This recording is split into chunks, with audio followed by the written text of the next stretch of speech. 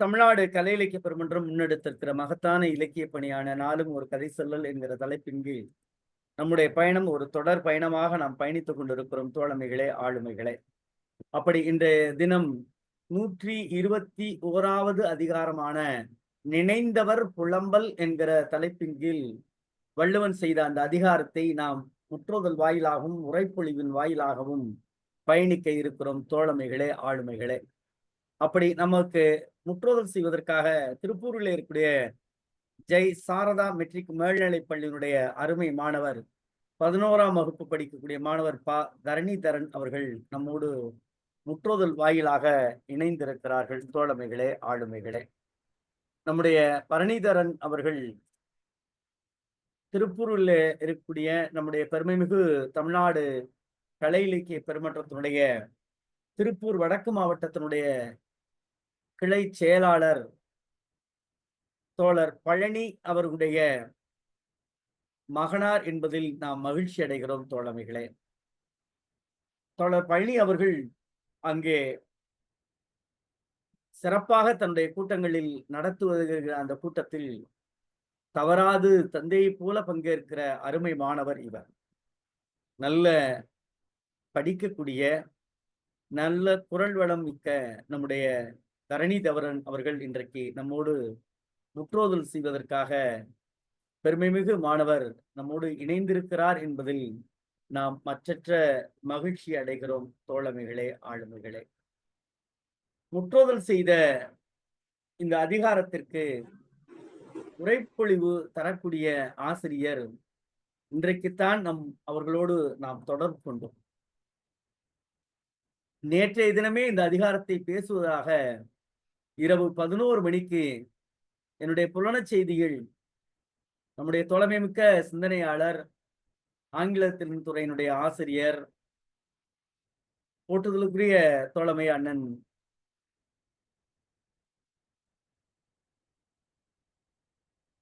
அவர்கள் நம்மோடு இணைவதாக, பாலண்ணன் அவர்கள் நம்மோடு இணைவதாக சொல்லியிருந்தார்கள். ஆனால் இந்த ஆசிரியரை பற்றி நம்முடைய பேராசிரியர் அம்மா புனிதவதி அவர்கள் இவர்கள் பேசுவதற்கு விருப்பம் தெரிவிக்கிறார்கள் என்று அவரிடம் சொன்ன பொழுது அவர் உடனே மற்றோருக்குத்தான் இந்த அரங்கத்தில் வாய்ப்பை கூடுதலாக கொடுக்க வேண்டும், நாம் எப்பொழுது வேண்டாலும் பேசிக்கொள்ளலாம் என்று சொன்ன அருமை அண்ணன் பாலு அவர்களுக்கு இந்த நேரத்தில் நாம் மகிழ்வையும் பாராட்டையும் தெரிவிப்பதில் கடமைப்பட்டிருக்கிறோம். இன்றைய உரைப்பொழிவாளர் புவனேஸ்வரி சண்முகவேல் அவர்கள் மூத்தாங்குறிச்சியில் இருக்கக்கூடிய ஊராட்சி ஒன்றிய தொடக்கப் பள்ளியில் இடைநிலை ஆசிரியராக பணியில் இருக்கக்கூடிய ஆசிரியர் அவர்கள் 2012 ஆசிரியர் பள்ளி ஆசிரியர் தேர்வில் தகுதி பெற்று ஆசிரியர் ஆனவர். ஆனால் நமக்கு இந்த நேரத்தில் ஒரு செய்தியும் சொல்ல வேண்டும். ஆசிரியர் தகுதிக்கு பிஎட் போதும் அல்லது ஆசிரியர் பயிற்சி பள்ளியில் படித்தால் போதும் என்று இருந்த நிலம் போல தேர்வு என்றையும் ஒன்றை வைக்கிறார்கள். அதில் தேர்ச்சி பெற்ற பிறகும் தேர்ந்தெடுக்கப்பட்ட பிறகும் கூட இன்னமும் பணி கிடைக்காமல் இருக்கக்கூடிய ஆசிரியர்களும் இன்னமும் இந்த தமிழகத்தில் இருக்கிறார்கள் என்கிற பதிவையும் நாம் செய்ய வேண்டிய கடமையோடு நாம் பார்க்கிறோம். எனக்கு ஒரு பெரிய ஆச்சரியம் என்னன்னா, இதுவும் ஒரு நீட் மாதிரியான ஒரு தேர்வு தான். நீங்க ஆசிரியர் தேர்வு எவ்வளவு பேரு எனக்கு தெரிஞ்சுட்டு பணி கிடைக்காமலே ஓய்வு பெறும் வயதை அடைந்த ஆசிரியர்கள் ஏராளமாக இருக்கிறார்கள். குறிப்பாக நானும் பிஎட் மாணவர் தான். என்னோடு படித்த மாணவனுக்கு இன்ன வரையும் வேலை கிடைக்கவில்லை. ஆனால் அதுபோல எத்தனையோ ஆசிரியர்கள் ஓய்வு பெறக்கூடிய வயதை கடந்து போயிருக்கிறார்கள். அவர்களுக்கெல்லாம் பணிமூப்பின் பதிந்த வயதின் அடிப்படையில் பணி வழங்கினால் உண்மையாக அவருடைய குடும்பம் மகிழ்ச்சியாக நன்றியோடு இருக்கும். ஆனால் அதற்கு பிறகு ஒரு தேர்வு, அதுக்கு ஏன் இப்படி தேர்வு வைக்கிறான்னு தெரியல. பேசாம 12வது முடிக்கவுமே நீங்க எந்த வேலைக்கு போறீங்களோ அந்த தேர்வு எழுதிட்டு போங்கன்னு சொல்லிடலாம். அதுக்கு பல்கலைக்கழகமும் தேவையில்லை, கல்லூரியும் தேவையில்லை.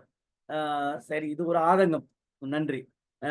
இப்ப நம்முடைய ஆசிரியர் அவர்கள் தஞ்சாவூர் மாவட்டம் பட்டுக்கோட்டை கல்வி மாவட்டத்தில் தொடக்கநிலை பள்ளியில் பணி நியமனம் பெற்று 2 ஆண்டுகள் பணி புரிந்த பிறகு தற்பொழுது 8 ஆண்டுகளாக நம்முடைய மூத்தாங்குறிச்சி ஒன்றிய நடுநிலைப் பள்ளியில் ஆசிரியராக இருக்கிறார். ஆசிரியர் செய்கிற செய்தி ஒரு மகிழ்வான செய்தி என்னவென்று கேட்டால், இவர் தந்தையினுடைய வழிகாட்டுதலின்படி முதுகலை தமிழ், முதுகலை ஆங்கிலம் என 2 முதுகலை மொழியியல் பாடங்களை எடுத்து தன்னை நிலைநிறுத்திக் கொண்ட ஆசிரியர் தன்னுடைய பெற்றோரை இந்த நேரத்தில் பதிவு செய்வது நமக்கு ஒரு மகிழ்வாக இருக்கிறது. பிள்ளைகள் பெற்றோர்களை என்று போற்றுகிறார்களோ அவருடைய வாழ்க்கை தரம் உயரும் என்பது நிச்சயமான உண்மை என்பதை நாமும் அறிவோம். அப்படி தமிழிலும் ஆங்கிலமும் புலமை பெற்ற ஆசிரியர் நம்மோடு முற்றோதல் செய்த அந்த அதிகாரத்திற்கு உரைப்பொழிவு செய்கிறார்கள். ஆக 2 ஆளுமைகளையும் நாம் வரவேற்பதில் நாம் மற்றற்ற மகிழ்ச்சி அடைகிறோம். தோழமைகளே, ஆளுமைகளே. அப்படி முதலில் முற்றோதல் செய்வதற்காக திருப்பூர் மாவட்டம் ஜெய் சாரதா மெட்ரிக் மேல்நிலைப் பள்ளியுடைய 11ஆம் வகுப்பு மாணவர் தரணிதரன் அவர்களை தோழமையோடு அழைக்கின்றோம். தோழமையை வருக, முற்றோதல் தருக. அனைவருக்கும் வணக்கம். என்னுடைய பெயர் தரணிதரன். நான் திருப்பூரில் உள்ள ஜெய் சாரதா மெட்ரிக் மேல்நிலைப் பள்ளியில் 11ஆம் வகுப்பு படித்து வருகிறேன். என்னுடைய தந்தை தமிழ்நாடு கலை இலக்கிய பெருமன்றத்தின் திருப்பூர் வடக்கு மாநகர கிளையின் செயலராக செயல்பட்டு வருகிறார். தமிழ்நாடு கலை இலக்கிய பெருமன்றம் நடத்தும் திருக்குறள் நாளும் ஒரு அதிகாரம் எனும் இணைய வழித்தொடரில் எனக்கு வாய்ப்பளித்தமைக்கு நன்றி. செந்தமிழ் நாடெனும் போதினிலே இன்ப தேன் வந்து பாயுது காதினிலே, தந்தைய நாடென்ற பேச்சினிலே ஒரு சக்தி பிறக்குது மூச்சினிலே, ஒரு சக்தி பிறக்குது மூச்சினிலே. காவேரி தென்பண்ணை பாலாறு தமிழ் கண்டதோர் வைகை பொருணை நதி என மேவிய யாறு, பலவோடத்திருமேனி செழிந்த தமிழ்நாடு, நீளத்திரை கடலோரத்தில் நின்று நித்தம் தவஞ்சை குமரி எல்லை வடமாளவன் குன்றம் இவற்றிடையில் புகழ் மண்டி கிடக்கும் தமிழ்நாடு என்று சொல்லி தமிழை நான் தலைவணங்குகிறேன். கல்வி சிறந்த தமிழ்நாடு, புகழ் கம்பன் பிறந்த தமிழ்நாடு, நல்ல பல்விதமாயின சாத்திரத்தின் மனப்பாரெங்கும் வீசும் தமிழ்நாடு, பாரெங்கும் வீசும் தமிழ்நாடு, வள்ளுவன் தன்னை உலகினுக்கே தந்து வான் புகழ் கொண்ட தமிழ்நாடு, நெஞ்சை அள்ளும் சிலப்பதிகாரம் என்றோர் மணியாரம் படைத்த தமிழ்நாடு என்று சொல்லி தமிழ்நாடு கலை இலக்கிய பெருமன்றத்தின் மாநில செயலர் மருத்துவர் அரமையா அவர்களுக்கும், இந்த நிகழ்ச்சியின் ஒருங்கிணைப்பாளர் பேராசிரியர் கரு முருகன் அவர்களையும் மற்றும் அனைத்து தோழர்களையும் நான் வணங்குகிறேன். இன்று எனக்கு கொடுத்திருக்கும் அதிகாரம் நினைத்தவர் புலம்பல். குறள் 1. உள்ளினும் தீரா பெருமகள் செய்தலால் கள்ளினும் காமம் இனிது. குறள் 2.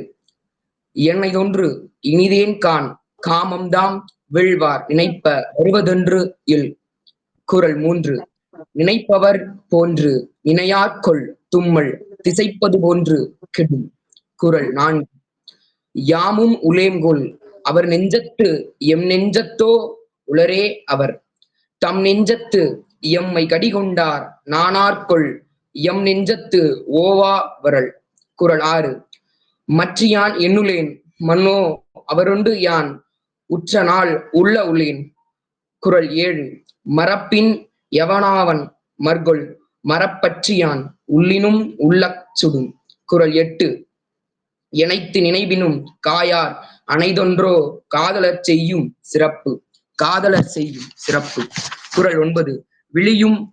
விழியும் என் இன்னுயிர் வேறெல்லாம் என்பர் அழியின்மை ஆற்று நினைத்து. குறள் 10. விடா அது சென்றாரை காணால் கண்ணினால் என்ப பாடா அதி வாழி மதி என்று கூறி விடைபெறுகிறேன். வாய்ப்பளித்தமைக்கு நன்றி, வணக்கம். என்ன ஒரு கம்பீரமான குரல். அடே அடாடா, நான் ஆட பார்க்கவும் சரி ரொம்ப அமைதியா இருக்கும் போல இருக்க குரல், ரொம்ப மென்மையா இருக்குன்னு பார்த்தா அந்த தோழமை என்கிற அந்த ஒற்றை சொல்லுக்கான உரத்த குரல். மிக்க மகிழ்ச்சி. நல்ல குரல் அரணி இருக்கு குரல். அடாடா அடாடா, அருமை அருமை அருமை. இலக்கியத்தில் தன்னை எப்படி சொல்றது, நல்லா துணிந்து நிறைய மேடை பேச்செல்லாம் பேசுவீங்கன்னு நினைக்கிறேன். அந்த சரளமா அந்த அந்த அந்த நடை, அந்த ஓட்டம். வாழ்த்துக்கள். குறிப்பாக உங்க பெற்றோர். அப்பா பேர் தரணி போற்றும் தரணி, தரணி போற்றும் தரணி. நன்றி ஐயா. அப்பா பேர் அம்மா பேர் சொல்லுங்க ஐயா. அப்பா அப்பா பழனிங்க ஐயா, கணித ஆசிரியரா பணிபுரிஞ்சிட்டு இருக்காருங்கய்யா. அம்மா பேரு நதியாங்க ஐயா. கணித ஆசிரியர் பழனி நதியா இணையருடைய அருமை மகன் தரணிதரன் அவர்களுக்கு தமிழ்நாடு கலை இலக்கிய பெருமன்றம் நெஞ்சம் நிறைந்த வாழ்த்துக்களை பதிவு செய்கிறது. நம்முடைய பொதுச் செயலாளர் தான் அடிக்கடி சொல்லுவார்கள், நம்முடைய கலை இலக்கிய பெருமன்றத்தினுடைய குடும்பத்தார்கள் அத்தனை பேரும் இணைந்து நாம் பணி செய்கிறோம் என்று சொல்லுவார்கள். அந்த பணிக்கு ஏற்றாற் போல நம்முடைய கணித ஆசிரியர் பழனி நதியா இணையருடைய அருமை மகனும் தன்னை இணைத்துக் கொண்ட தரணிதரனுக்கு நெஞ்சம் நிறைந்த வாழ்த்துக்களை பதிவு செய்கிறோம் தோழமையே. குறிப்பாக உங்களுடைய பள்ளியினுடைய ஆசிரியர், தலைமை ஆசிரியர், தமிழாசிரியர் அத்துணை பேருக்கும் வாழ்த்தை கலை இலக்கிய பெருமன்றம் தெரிவிப்பதாக பதிவு செய்ததாக தெரிவிக்க வேண்டும் என்ற வேண்டுகோளோடு உரைப்பொழிவு வருமாறு நம்முடைய மதுக்கூர் ஒன்றியத்தினுடைய முத்தாங்குறிச்சியினுடைய இடைநிலை ஆசிரியர் அம்மா திருமதி சா புவனேஸ்வரி அவர்களை தோழமையோடு அழைக்கின்றோம். தோழமையே வருக, உரைப்பொழிவு தருக.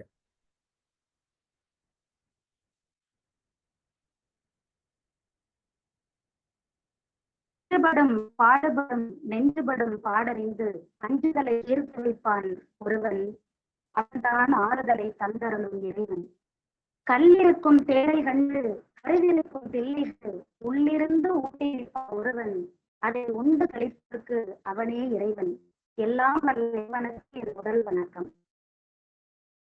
கடல் குடிந்த பூமுனையும் நாடில் தொற்றுவோமை சொல்லுவது புகழாடி, சதுமறை ஆரியம் வருமுன் அகமுழும் நினதா முதுமொழி நீ அனாரியம் ஒழிகுவது வியப்பான், திட்டிக்கும் அமுதமென திகழும் நலன்களே உம்மை வணங்குகிறேன்.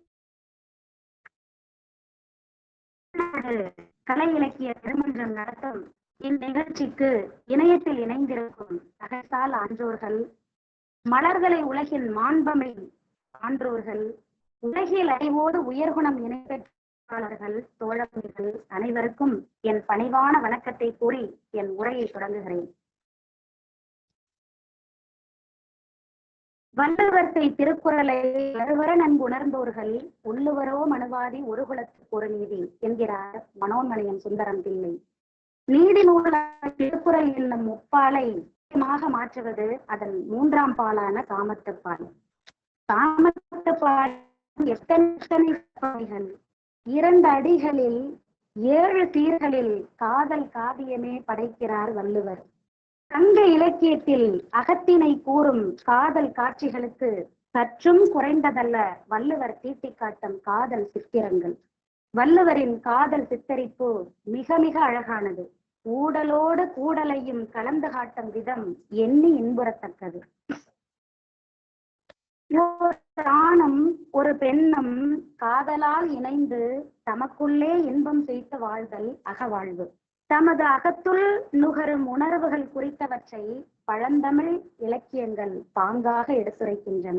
அகத்திணையின் வாழ்வியல் கூறுகள் களவு, கற்பு என 2 பிரிவுகளில் வழங்கப்படும்.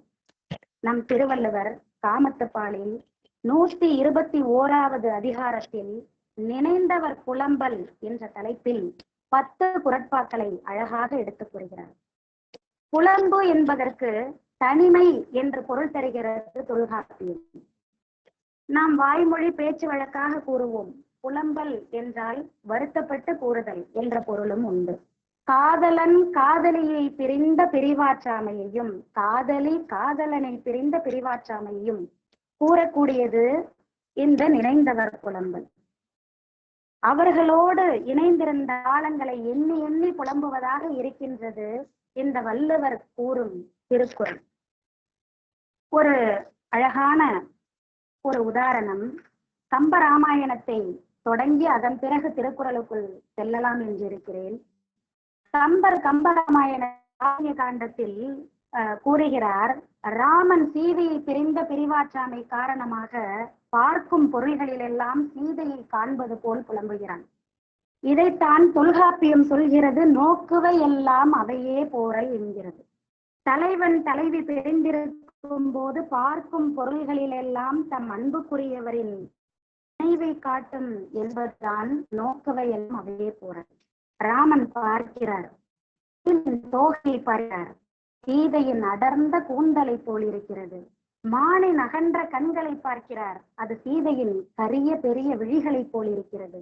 தாமரை மலரில் 2 சக்கரவாக பறவைகள் தங்கி இருப்பதை பார்க்கிறார், அது சீதையின் அழகிய வடிவை ராமனுக்கு காட்டுகிறது. எவ்வளவு அழகாக கம்பர் படத்தை காட்டுகிறார். அனைத்தும் சீதையின் பிரிவால் கூடிய ராமனின் கும்பல்கள், அதை அழகாக கூறுகிறார். அதைத்தான் இந்த வள்ளுவர் வள்ளுவர் திருக்குறளில் நினைந்தவர் புலம்பல் என்ற அதிகாரத்தில் தலைவன் தலைவியின் பிரிவாற்றாமையால் புலம்புவதை அருமையாக, பாங்காக, பண்பாக எடுத்துக் கூறுகிறார். பார்ப்போம். முதல் குறள். உள்ளினும் தீரா பெருமைகள் செய்தலால் கள்ளினும் என்கிறார் முதல் குறள். கள்ளினும் காமம் இனிது என்கிறார். உண்ட போது மட்டும் மகிழ்ச்சி தரும், பரிசினால் மட்டுமே தன்னிலை மறக்கச் செய்யும், அதான் கள் என்ற பானம். தலைவன் தலைவி இருவரும் முன் கூடி உகந்த இன்பை பின்பு பிரிந்த போதும் நினைத்து பார்த்தாலும் இன்றே பெற்றார் போல நீங்காத பெருமகிழ்ச்சியை தரும். ஆதலால் பகினால் மட்டுமே மகிழ்ச்சியை தரக்கூடிய கல்லை காட்டிலும் காமம் மிக இனியது வள்ளுவர் பிறந்தது. உள்ளினும் தீரா பெருமைகள் செய்தலால் கள்ளினும் காமம் இனிது. கள் அருந்தினால் மகிழ்ச்சி தரும், ஆனால் இந்த காதல் உணர்வு நினைத்தாலே பெருமகிழ்ச்சி தரும் என அழகாக கூறுகிறார். குறள் எண் 2. எனை தொண்ட இனிதே கான் காமம்தாம் வேள்வார் நினைப்ப வருவதொன்றியில். எனை தொன்று இனிதே கான் காமம்தாம் வேள்வார் நினைப்ப வருவதொன்றியில். நான் விரும்பும் காதலரை நினைக்கும் போது எனக்கு பிரிவு துன்பம் வருவதில்லை. ஏன்? அவரை நான் நினைத்து கொண்டே இருக்கிறேன். அதனால் எனக்கு பிரிவால் வரக்கூடிய துன்பம் எனக்கு துன்பமாய் தெரியவில்லை. எந்த வகையிலும் காதல் இனிமையானது, காமமும் இனிமையானது. இதை தொல்காப்பியர் கூறுகிறார். எல்லா உயிர்க்கும் இன்பம் என்பது தானமர்ந்து வருவும் மேவற்றாகும் என்கிறார். ஈதல் முதலிய அறங்களானும் கல்வி, கேள்வி, தவம், நோன்பு முதலிய பொருள்களானும் இன்பம் ஒன்றே அனைத்து உயிர்களுக்கும் பொதுவானது. அந்த இன்பம் என்பது உணர்வால் ஒன்றி மெய்யுற்று நுகரும் இன்பம்.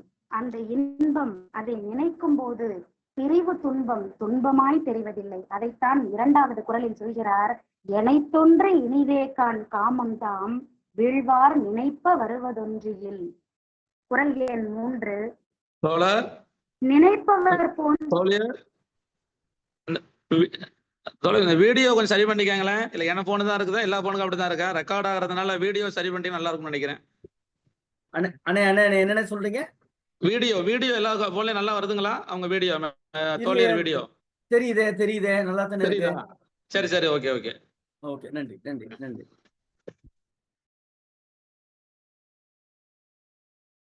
ஐயா வணக்கம், தொடரலாமா? அம்மா நீங்க தொடருங்கம்மா, ஒரு பிரச்சனை இல்லை. நீங்க பாட்டுல தொடருங்க.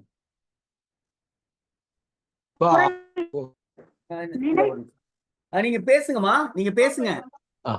சரிங்கய்யா, நன்றி. நினைப்பவர் போன்று நினையார்கொல் தும்மல் திணைப்பது போன்று கெடும். திணைப்பது என்றால் உருவாதல், தோன்றுதல். தும்மல் திணைப்பது போன்று கெடும். அதாவது தும்மல் வருகிறது ஆனால் விடுகிறது போல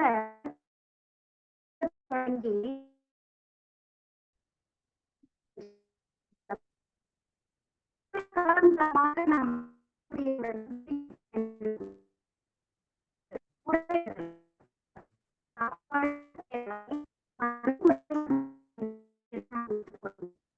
போல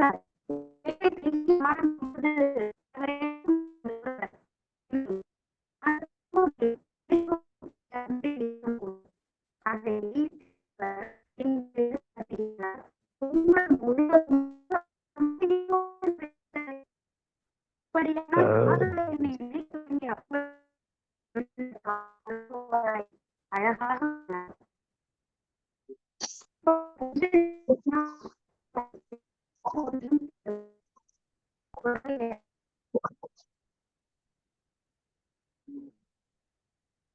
சரியா வரல. என்ன விட்டு கேக்குது. அம்மா அவங்க சொல்ற மாதிரி தான்மா, விட்டு தாம்மா கேக்குது. அவங்க வெளியில போயிட்டாங்க தோழர். வரட்டும், பாப்போம் தோழர்.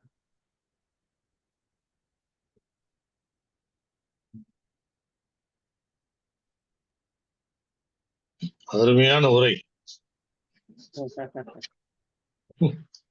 அடைப்படும் போது மனசு என்னன்னா வெறுமை கேக்குதுடாமா. ஃபர்ஸ்ட் வந்துருச்சு, யூனிவர்சிட்டி நம்பர் போட்டுட்டேன். இல்ல முதல்ல யூனிவர்சிட்டி நம்பர் இல்லாம ரோல் நம்பர் தான் இருந்துச்சு.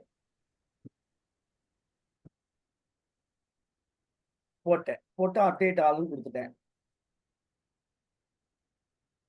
கொடுத்துட்டேன்.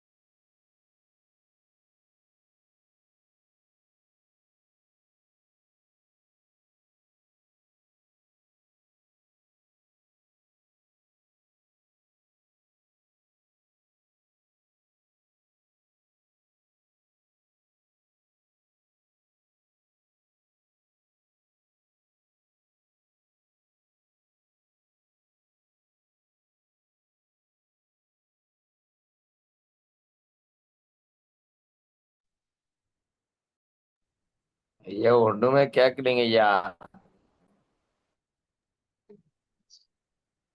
பேராசிரியரே, இல்ல அவங்க வெளியில போயிட்டாங்க, இணைவான்னு பார்த்துட்டே இருக்கேன். அம்மா எண்பத்து பாலுக்கு மட்டும் ஏன் இத்தனை இதழ்கள் தெரியவில்லை? இணைந்து விட்டேன். அதாவது நீங்க ஒரு இணைந்து கவிஞர் ரவீந்திர பாரதியாலாம் இது தொடர்பாக விரிவாக பேசலாம். நான் நல்லாசிரியர் நாகராஜன் ஐயாலாம் கொஞ்சம் அடக்கமா அமைதியா இருந்து கேட்கலாம். ஐயோ, வாழ்க வாழ்க வாழ்க. பேசுமா, பேசுறாமா பேசுறேன் பேசுங்கம்மா. ஒண்ணு அம்மா சரியா கேட்கலடா வாய்ஸ். ஒருவேளை நீங்க வீடியோ ஆஃப் பண்ணிட்டு கூட டவர் கிடைக்கிற இடத்துக்கு கூட போய் பேசுங்கடாமா. நல்லா இருக்கு உரை. பேசுங்கடாமா. யாமும் உலகங்கொள் அவர் நெஞ்சத்து என் நெஞ்சத்தோ ஒரே அவர். ஐயா கேக்குறதா?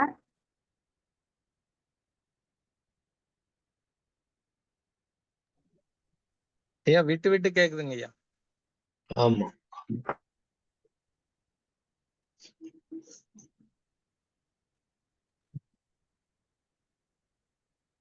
ஐயா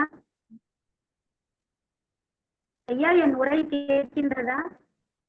அம்மா இப்பொழுது கேட்கிறது, துணுக்கு துணுக்காக கேட்கிறது. பேசுறாமா, ஒன்றும் பிரச்சனை இல்லை, பேசுறாமா. உங்களுக்கு டவர் நெட்டு பிரச்சனையா இருக்குன்னு நினைக்கிறேன். இணையம் தான் பிரச்சனையா இருக்கு. உலரே அவர். ஐயா இப்போது கேட்கிறதா? கேட்கிறது. தமிழ்நாடு அறத்துப்பாலுக்கு உட்பட்டது என்று நாம் அறிவோம். ஆனால் இன்பப்பாலுக்கு செவி சாய்க்காதது என்பது உணர்த்தி விட்டது இணையம். நன்றி. அம்மா சொல்லுங்க. கொஞ்சம் வெளியே போய் பேச சொல்லுங்க. தவறு டவர்தான் ஏதோ பிரச்சனை. அம்மா புவனேஸ்வரிமா அருமையா இருக்கு.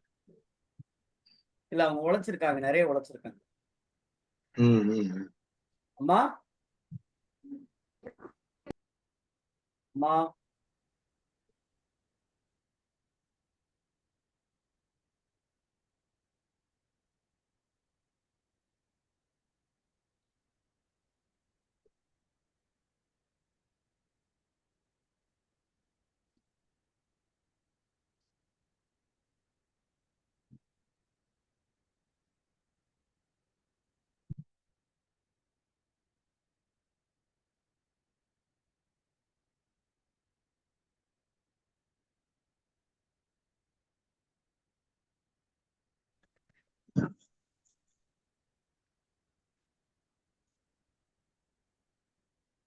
இப்ப பேசுங்களாம்மா. இப்ப பேசுங்க.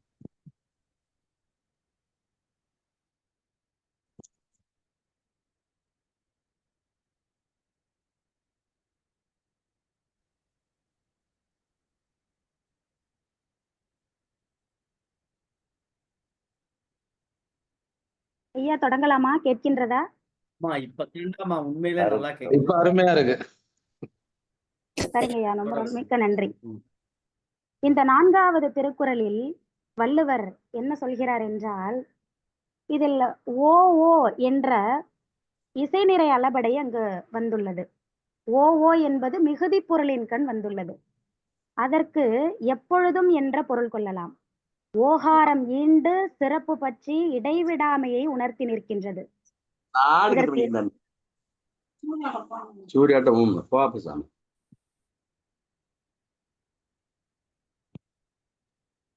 சொல்லுங்கடா.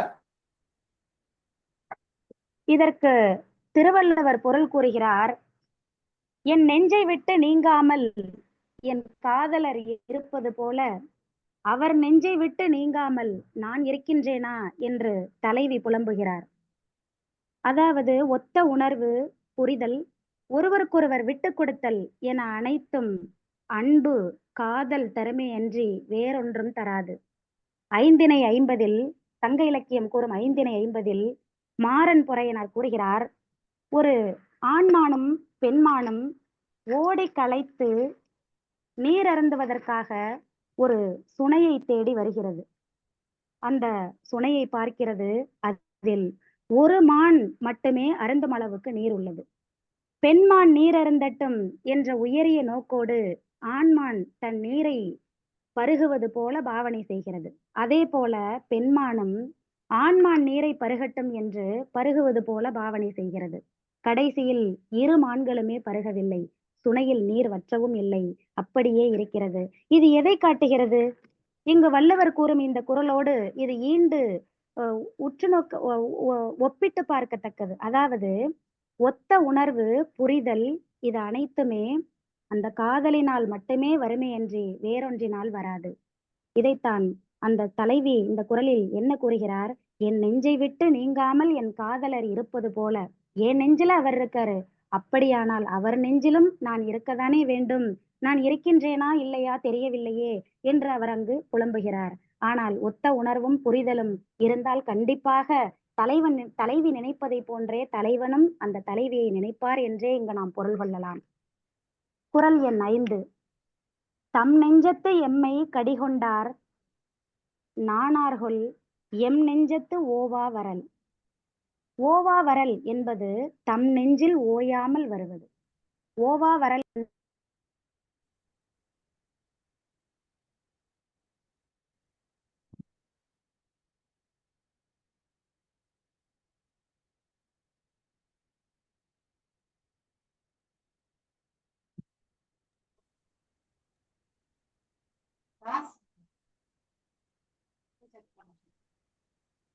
ஓவா வரல் என்று இங்கு வள்ளுவர் கூறுவது ஓயாமல் வருவது.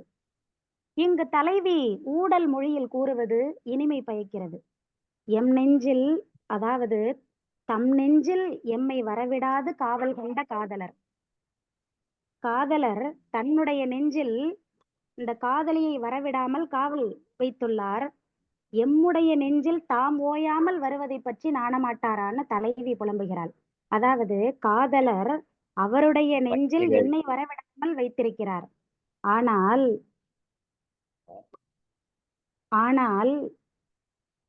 ஐயா கேட்கின்றதா? கேட்குதுடா, கேட்குதா? கேக்குதுங்கம்மா. சரிங்க, ரொம்ப நன்றி. அதுபோல எம்முடைய நெஞ்சில் தாம் ஓயாமல் வருவதை பற்றி நாணமாட்டாரா? கண்டிப்பாக அவர் வரமாட்டார்னு தலைவி இந்த இடத்தில் தெளிவாக கூறுகிறார். என்னை அவர் கண்டிப்பாக அவர் நெஞ்சில் எம்மை வரவிடாமல் காவல் காத்து வைத்திருக்கிறார். என் நெஞ்சில் மட்டும் அவர் எப்படி வருவார்? கண்டிப்பாக அதற்கு வெட்கப்படுவார். அவர் வரமாட்டார். அவர் என்னை நினைப்பாரோ நினைக்க மாட்டாரோ என்ற அந்த புலம்பலில் அவர் நினைக்கவே மாட்டார் என்று தலைவி இதில் தெளிவாக இருக்கிறார். இந்த இடத்தில் பாலை பாடிய பெருங்கடங்கோ பாடலை இவ்விடத்தில் கூறலாம் என்று நான் நினைக்கின்றேன். தலைவன் பொருள் வயிர் பிரிந்து போகும்போது தன்னுடைய கடமையில் கண்ணும் கருத்துமாய் இருப்பார். தலைவியை எந்நேரமும் நினைக்க அவருக்கு நேரம் இல்லைதான். ஆனால் தலைவனை பிரிந்த தலைவிக்கு தலைவனின் பிரிவு துயரோ தலைவியை வாட்டுகிறது. அப்படி வாட்டுகிறது என்றால் அந்த தலைவி தலைவனை நினைத்து புலம்புவாள். பாலை பாடிய பெருங்கடங்கோ பாடல் நசை பெரிதுடையர் நல்களும் நல்குவர் பிடிபசி களைய பெருங்கை வேழம் மென்சினை யாம் பொழிக்கும் அன்பின தோழி அவர் சென்றவாறே. என்று பெருங்கடங்கோ கூறுகிறார். இதில் பயணம் சென்ற காதலர் என்னை மறந்து போய்விட்டால் நான் என்னடி செய்வேன் தோழி என்று தலைவி தோழியிடம் கேட்கிறார். அதற்கு தோழி சொல்கிறார், வருந்தாதே, அவர் உன்னை ஒரு நாளும் மறக்க மாட்டார். அப்படியே உன்னை மறந்தாலும் அவர் செல்லும் வழியில் அவர் பார்க்கும் காட்சிகளும் நிகழ்வுகளும் கண்டிப்பாக அவருக்கு உன்னை நினைவுபடுத்தும் என்று தோழி கூறுகிறார். யானைகள் அந்த நிகழ்வு, அந்த காட்சி என்ன அந்த பெருங்கடங்கோ சொல்றார் அந்த இடத்துல, பிடிபசி களைய பெருங்கை வேழம்னு சொல்றார். அதாவது தன்னுடைய பெண்மானினுடைய பசியை போக்கக்கூடிய அந்த அதாவது பெண் யானையினுடைய பசியை போக்கக்கூடிய அந்த ஆண் யானை என்ன செய்யும் என்றால், அந்த மரத்தினுடைய பட்டையை, என்ற மரத்தினுடைய பட்டையை உரித்து அதில் இருக்கக்கூடிய நீரை பருகச் செய்யுமாம். அதுதான் அதனுடைய அன்பின் வெளிப்பாடு. அப்ப அதை பார்த்தாவது தலைவன் கண்டிப்பாக தலைவி உன்னை நினைப்பார் என்று பெருங்கடங்கோ அந்த பாடலில் சொல்வது இந்த இடத்தில் நாம் வைத்து பார்க்கலாம். அதாவது தலைவன் பிரிந்து போய்விட்டார், தலைவி வருத்தப்படுறாங்க, என்னை நினைக்க மாட்டார் அவர் நினைச்சு புலம்புறாங்க. ஆனா இந்த பெருங்கடங்கோ பாடலை இந்த இடத்துல வச்சு பார்த்துக்கலாம். கண்டிப்பாக அவர் பார்க்கக்கூடிய காட்சிகளும் நிகழ்வுகளும் கண்டிப்பாக அவருக்கு தலைவி உன்னுடைய நினைவை அவருக்கு வரவழைக்கும் என்று நாம் இவ்விடத்தில் பொருத்தி பொருள் கூறத்தக்கது. குறள் எண் 6. மற்றியான் என் உளேன் மன்னோ அவருடையான் உற்றநாள் உள்ள உளேன். மற்றியான் என் உளேன் மன்னோ அவருடையான் உற்றநாள் உள்ள உளேன். தலைவரோடு நான் உடனிருந்த நாட்களை நினைத்துக் கொள்வதால் உயிரோடு உள்ளேன், அதனால் அன்றி மற்று எதனால் வாழ்கிறேன் என்ற தலைவி சொல்வதாக வள்ளுவர் கூறுகிறார். இன்றைய காலகட்டத்தில் கணவன்மார்கள் மனைவிகளை பிரிந்து வெளிநாடுகளுக்கு லண்டன், சிங்கப்பூர் என்றெல்லாம் செல்கிறார்கள். காலத்தின் பிரிவால் அவர்கள் பல ஆண்டுகள் அங்கேயே தங்கி பொருள் வயிறு பொருட்டு அங்கேயே இருக்காங்க, இங்க மனைவி இருக்காங்க. அப்படி இருக்கும்போது காலத்தின் பிரிவை சந்தித்தாலும் அந்த கணவனோடு உடனிருந்த நாட்களை எண்ணி எண்ணி மகிழ்ந்து மனைவியானவள் நாட்களை ஓட்டுகிறாள் என்பதுதான் உண்மை. அதே போல அங்கு இருக்கக்கூடிய கணவனும் மனைவியோடு இருந்த நாட்களை எண்ணி எண்ணி தன்னுடைய நாட்களை எவ்வளவு கஷ்டப்பட்டாலும் அதை நினைத்து நினைத்து அதை அவன் ஓட்டுகிறான். அந்த நாட்கள் அவர்களுக்கு மெல்ல நகர்ந்து கொண்டிருக்கிறது. அதனால் அப்ப ஒருத்தருக்கு ஒரு துன்பம் அதாவது பிரிவு துன்பம் என்பது எப்போது நீங்குகிறது என்றால் அவரோடு உடனிருந்த அந்த இன்ப நாட்களை நினைத்து பார்க்கும்போது அந்த பிரிவு துன்பமானது போகிறது. மற்றியான் என் உளேன் மன்னோ அவருடையான் உற்றநாள் உள்ள உளேன். அவருடைய நினைப்பை நினைத்து நினைத்து நான் பார்ப்பதால் தான் நான் உயிரோடு இருக்கின்றேன், இல்லையெனில் நான் உயிரோடையே இருக்க மாட்டேன் என்று சொல்வது இன்று நம் காலகட்டத்தில் நாம் அனைவரும் பார்ப்பதுதான். அதை அருமையாக வள்ளுவர் அப்பொழுதே கூறுகிறார். குறள் எண் 7. மரப்பின் எவனாவன் மண்கொல் மரப்பரியேன் உள்ளினும் உள்ளம் சுடும். மரப்பின் எவனாவன் மண்கொல் மரப்பரியேன் உள்ளினும் உள்ளம் சுடும். காதலரை யான் என்றும் மறந்ததில்லை. மறப்பதை நினைத்தாலே மனம் படபடக்கிறது, கொந்தளிக்கிறது. அவரை மறந்துவிட்டால் என்ன ஆவேன்? அப்ப மறந்துவிட்டால் உயிரே போயிரும் காதலிக்கு, தலைவிக்கு. அததான் சொல்லாம சொல்றாரு இதுல. அவரை மறந்துவிட்டால் எனக்கு என்ன ஆகும் என தலைவி உரைப்பது அந்த தலைவினுடைய ஆழமான காதலை எடுத்து காட்டுகிறது, அந்த அன்பை காட்டுகிறது. இது இந்த இடத்துல ஒரே ஒரு குறுந்தொகையில கடுந்தோட்கர வீரனார் சொல்லக்கூடிய அந்த குறிஞ்சி திணை பாடல் எனக்கு ஞாபகம் வருது. ஏன்னா அதாவது உயிரே போயிடும்னு சொல்லும் போது அந்த பாடல் இந்த இடத்துல எனக்கு நினைவு கூற கடமைப்பட்டிருக்கிறேன். கருங்கட்டாக்களை பெரும்பெரிதுற்றன கைமை உய்யா காமர் மந்தி கல்லா வன்பரல் கிளை முதல் சேர்த்தி ஓங்குவரை அடுக்கத்து பாய்ந்துயிர் செகுக்கும் சாரல் நாட. அதாவது இதனுடைய பொருள் நம்ம ரொம்ப டீப்பா போக வேண்டியதில்லை. அந்த கைமை மந்தி, அந்த ஆண் குரங்கு இறந்த உடனே நானும் எப்படி இருக்கிறதுன்னு அதனுடைய குட்டியை தன் சுற்றத்தாரிடம் சேர்த்து விட்டு அதுவும் அந்த மலையிலிருந்து குதித்து உயிர் திறக்கும்.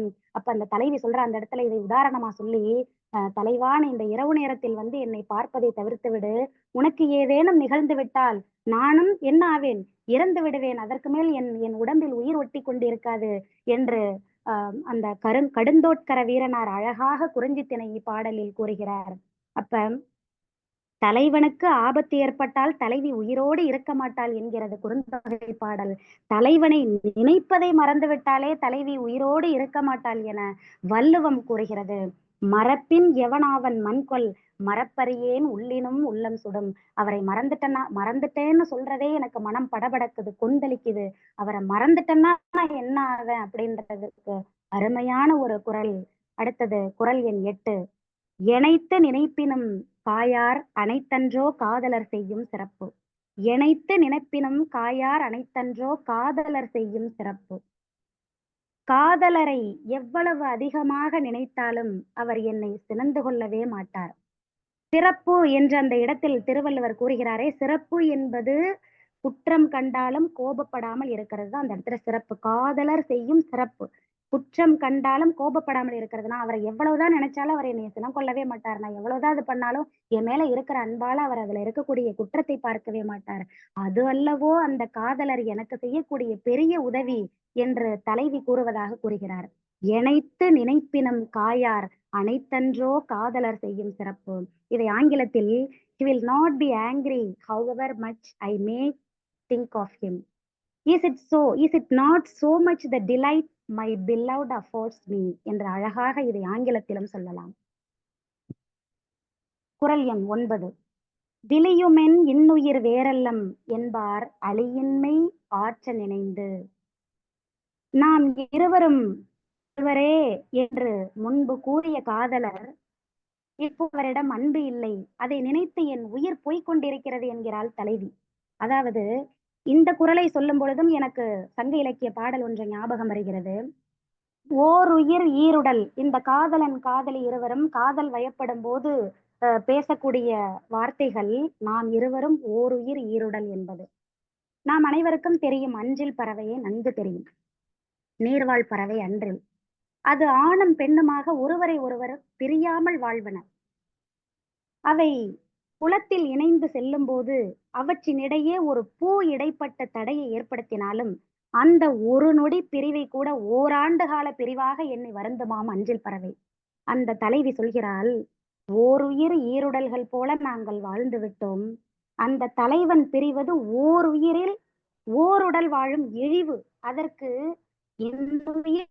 இந்த உயிர் போய்விடுவதே மேலானது என்று தலைவி கூறுகிறார். அதைத்தான் வள்ளுவர் அழகாக விளியுமென் இன்னுயிர் வேறல்லம், அதாவது ஓருயிர் ஈருடல் என்றெல்லாம் அப்ப சொன்னார் அந்த காதலர். ஆனால் இப்போது அதை மறந்து அன்பில்லாமல் இருக்கிறாரே, அதை நினைத்து நினைத்து இந்த உயிர் ஏன் இந்த உடம்பில் இருக்கிறது என்று தலைவி வருந்துவதாக அழகாக கூறுகிறார். நீயும் நானும் வேறல்ல என்று அடிக்கடி கூறிய காதலர் இப்போது அன்பு இல்லாமல் நினைத்து வருந்தியே என் உயிர் அவரிடம் என்னிடத்திலான அன்பு இல்லாததை நினைத்து நினைத்து வருந்தியே என் உயிர் அழிகிறது.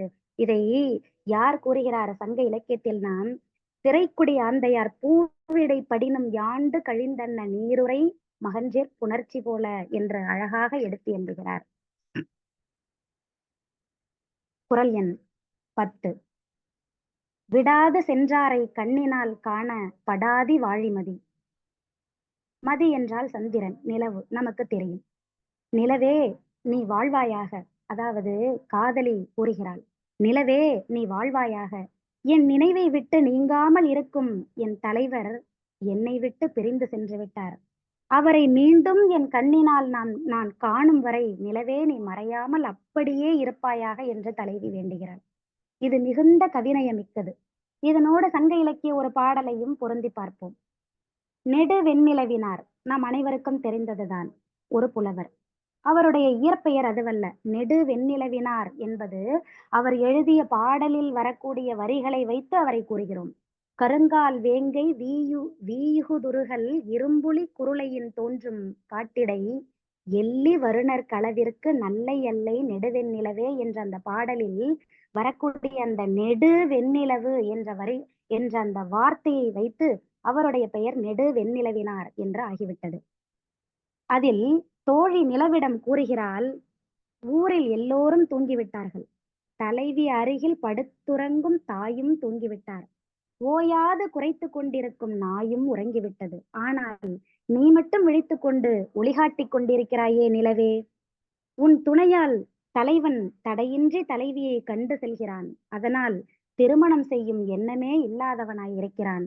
ஆகவே நீ தீமை செய்கிறாய் என்று நிலவை பார்த்து இப்பாடலில் நெடு வெண்ணிலவினார் கூறுகிறார், அதாவது தோழி கூறுவது போல கூறுகிறார். இந்த இந்த இடத்தில் நிலவாக நெடு வெண்ணிலவு என்பது துன்பம் தருவதாக கூறுகிறார். ஆனால் நம் வள்ளுவரோ விடாது சென்றாரை கண்ணினால் காண படாதி வாழிமதி, நிலவே நீ நெடு வெண்ணிலவாய் இருந்து என் கணவரை, அதாவது என் தலைவரை நான் காணும் வரை நீ மறையாமல் அப்படியே இரு, நீ சென்று விடாதே, அவர் என்னை பிரிந்து சென்று விட்டார், நான் அவரை மீண்டும் காணும் வரை நீ நெடு வெண்ணிலவாகவே இரு என்று அவர் கூறுவது இங்கு சிறப்பு மிக்கது. அருமையாக இதோடு பொருத்தி பார்த்தால் அதனுடைய இனிமை நமக்கு விளங்கும் என்றே நான் நினைக்கின்றேன். எத்தனையோ தியாகங்களை, எண்ணற்ற மாயங்களை நிகழ்த்த வல்லது காதல். காதலை தீண்டாமல் தம் வாழ்வை தாண்டியவர்கள் சொற்பம்தான். நினைந்தவர் புலம்பல் என்பது நம் தமிழ் இலக்கிய மரபுதான். தலைவனும் தலைவியும் பிரிவை தாங்காது புலம்புவதாக அமைந்த கவிதைகள் இலக்கியம் தொட்டு இன்று வரை பல உண்டு. ஆனந்த ஜோதி திரைப்படத்தில் கண்ணதாசன் ஒரு பாடல் ஒன்று கூறுவார், அனைவருக்கும் தெரிந்திருக்கும். நினைக்க தெரிந்த மனமே உனக்கு மறக்க தெரியாதா, பழகத் தெரிந்த உயிரே உனக்கு விலகத் தெரியாதா, கொதிக்க தெரிந்த நிலவே உனக்கு குளிர தெரியாதா, பிரிக்க தெரிந்த இறைவா உனக்கு இணைக்க தெரியாதா, இணைய தெரிந்த தலைவா உனக்கு என்னை புரியாதா என்று அழகாக கூறுவார். அது அது ஒரு புலம்பல் தான், அது ஒரு பிரிதலின் புலம்பல், நினைந்தவர் புலம்பலுக்கு ஒரு சிறந்த உதாரணம் அந்த பாடல். அன்று தொட்டு இன்று உள்ள பாடல், மல்லிப்பூ வச்சு வச்சு வாடுதே, அந்த வெள்ளி நிலா வந்து வந்து தேடுதே, மச்சான் எப்போ வரப்போற என்ற இன்றைய கால பாடல் வரை அனைத்து திரை இசை பாடல்களும் நமக்கு இந்த நினைந்தவர் புலம்பலை நினைவு காட்டும் என்றால் அது மிகையல்ல. காதல் உயிரும் உடலும் போன்றது என்பது நிஜமாயினும், இல்லை அது சுரப்பிகளின் விளையாட்டு என்பது உண்மையாயினும், காதலிப்பதும் காதலிக்கப்படுவதும் பெரும்பான்மை மனிதர்களின் பேரார்வம் நிறைந்த விருப்பம்தான். இலக்கிய சாளரம் கொண்டு காதல் வாழ்வை நாம் காணும்போது மனம் என்னும் மாய கிடங்கிலிருந்து உற்பத்தியாகும் காதல் ஊற்று ஆழியாய் ஆக்கிரமித்து நிற்குமே தவிர அது ஒருபோதும் குறையாது. இந்த அகத்திணை கூறும் இந்த களவு கற்பு என்ற இந்த இரு பிரிவுகளை வள்ளுவர் எவ்வளவு நாகரிகமாக, அழகாக, இனிமையாக எடுத்து கூறுகிறார். இதை எண்ணி எண்ணி நாம் இன்புறத்தக்கது. காலம் காலமாக வழங்கி வந்த பழக்க வழக்கங்களும் நம்பிக்கைகளும் நம் பண்பாடுகளை பறைசாற்றுவதாகவே அமைகின்றன. அருமையாக நம் பண்பாடை எடுத்து இயம்பக்கூடிய தமிழ் இலக்கியங்கள் என்றும் தமிழ் இலக்கியங்களை என்றும் நாம் போற்ற வேண்டும். அப்படி போற்றக்கூடிய தமிழரும் தமிழ் சமூகமும் இருப்பதால் தான் இன்றைய நாடு நல்வழியில் நிலைத்து நீடித்து நடைபெற்று கொண்டிருக்கிறது. அகத்திணையை அழகாக விரசம் இல்லாமல் எடுத்து காட்டுகிறார் நம் வாய்மொழி வள்ளுவர். இந்த அழகான ஒரு வாய்ப்பை எனக்கு நல்கிய, அரியதொரு வாய்ப்பை எனக்கு நல்கிய தமிழ்நாடு கலை இலக்கிய பெருமன்ற ஒருங்கிணைப்பாளர் பேராசிரியர் ஐயா எனக்கு ஆரம்ப உரை கொடுத்து என்னை அறிமுகப்படுத்திய கரு முருகன் ஐயா அவர்களுக்கும், ஒரு இணைந்திருக்கக்கூடிய அனைத்து இணைய நண்பர்கள் தோழர்கள் அனைவருக்கும், எனக்கு நல்லதொரு வாய்ப்பை நான் தொடக்கப்பள்ளியில் தொடக்கநிலை மாணவர்களுக்கு மட்டுமே கற்பித்துக் கொண்டிருக்கக்கூடிய செயலை செய்யக்கூடிய நான் இப்படி ஒரு நல்லதொரு வாய்ப்பை என் வாழ்நாளில் எனக்கு கிடைத்ததை நான் பெரும் பாக்கியமாக நினைக்கிறேன். ஆனால் நிறைய இடையூறுகள் எனக்கு என்னை மிகவும் பதட்டத்திற்கும், என்னை சரியாக நான் ப்ரிப்பேர் செய்ததை சரியாக சொல்ல முடியாத ஒரு சூழலுக்கும் என்னை தள்ளிவிட்டது. இடையூறுக்கு வருந்துகிறேன். ஏதோ என்னால் முடிந்த கருத்துக்களை எனக்கு தெரிந்து நான் என் சிற்றறிவுக்கு எட்டியதை உங்கள் முன் ஆகச்சிறந்த சான்றோர்கள் பண்பாளர்கள் முன்னிலையில் எடுத்து கூறியுள்ளேன். அதில் ஏதேனும் தவறுகள் இருந்தால் என்னை மன்னித்தருளுங்கள். எனக்கு வாய்ப்பை நல்கிய அனைவருக்கும் என் மனமார்ந்த நன்றியை கூறி விடைபெறுகிறேன். நன்றி, வணக்கம். சினிமாவுக்கு முதல்ல வாழ்த்துக்கள். மன்னிப்பு என்கிற சொல்லாடல் வேண்டாம். இது பொதுவுடைமை சார்ந்த ஒரு தளம். இங்கு யாரும் யாரிடமும் மன்னிப்பு கேட்டு பெறுதலும் சரி, கோருதலும் இயலாத காரியம் என்பதை நாம் பதிவு செய்கிறோம். மிக்க மகிழ்ச்சி. உங்களுடைய உரை என்பது இடையூறு செய்யும் என்பது எல்லோரும் தெரிந்த செய்திதான். ஆனால் நீங்க அதை லாவகமாக தரையில் அமர்ந்து கொண்டு எளிமையாக தமிழுக்காக தன்னை தவமாய் இருந்து தாங்கள் சொல்லிய விதத்திற்காக இந்த மன்றம் உங்களை வாழ்த்துகிறது, பாராட்டுகிறது. வழக்கம் போல் பின்னூட்டத்தை தொடங்கி வைக்கிற நம்முடைய கவிஞர் ரவீந்திர பாரதி அவர்கள் தொடங்கி வைக்கவும், அவருக்கும் இணையும் செய்யும் இடையூறை சத்தம் நேரம் கவனித்து பார்த்தால் தெரியும் எவ்வளவு கஷ்டம்னு. இப்ப பாருங்க எங்க ஐயா பேசும்போது ஏன்னா எவ்வளவு தொந்தரவு பண்ணுங்க. ஐயா ஆரம்பிங்க.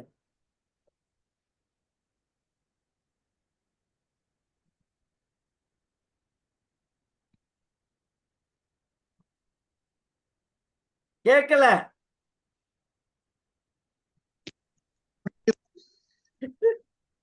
இப்ப கேக்குதா? இப்பதான் கேக்குது. மகிழ்ச்சி மகிழ்ச்சி. அன்பான தோழமை நெஞ்சங்களே, உங்கள் அனைவருக்கும் என்னுடைய அன்பு வணக்கம். முற்றோதல் செய்த அந்த மாணவர் என்னையா கம்பீரமான குரல்! இந்த தமிழ் குரலினுடைய ஒரு கம்பீரத்தை நான் இந்த சிறுவனிடமிருந்து நான் அனுபவித்தேன். அருமை அருமை. சும்மா வெளுத்து வாங்குற அப்படி. நல்ல எதிர்காலம் இருக்கு தம்பி, நீ வாழ்க. அடுத்து இப்பதான் என்னுடைய மகள் பாரதி வீட்டுக்கு வந்து சென்றாள். அந்த பாரதியே எதிரில் உட்காந்து பேசுற மாதிரி இருக்குது. ஏறக்குறைய அதே முகம், அதே அழகு, அதே நிறம், அதே பேச்சு பாணி, இதெல்லாம் பார்த்தா நம்முடைய மகள்கள் எங்கெங்கெல்லாம் எவ்வளவு சிறப்பாக இருக்கிறார்கள் என்று ஒரு பூரிப்படைகிறது. தொடக்கம் கேக்குதா? பேசுறது கேக்குதா?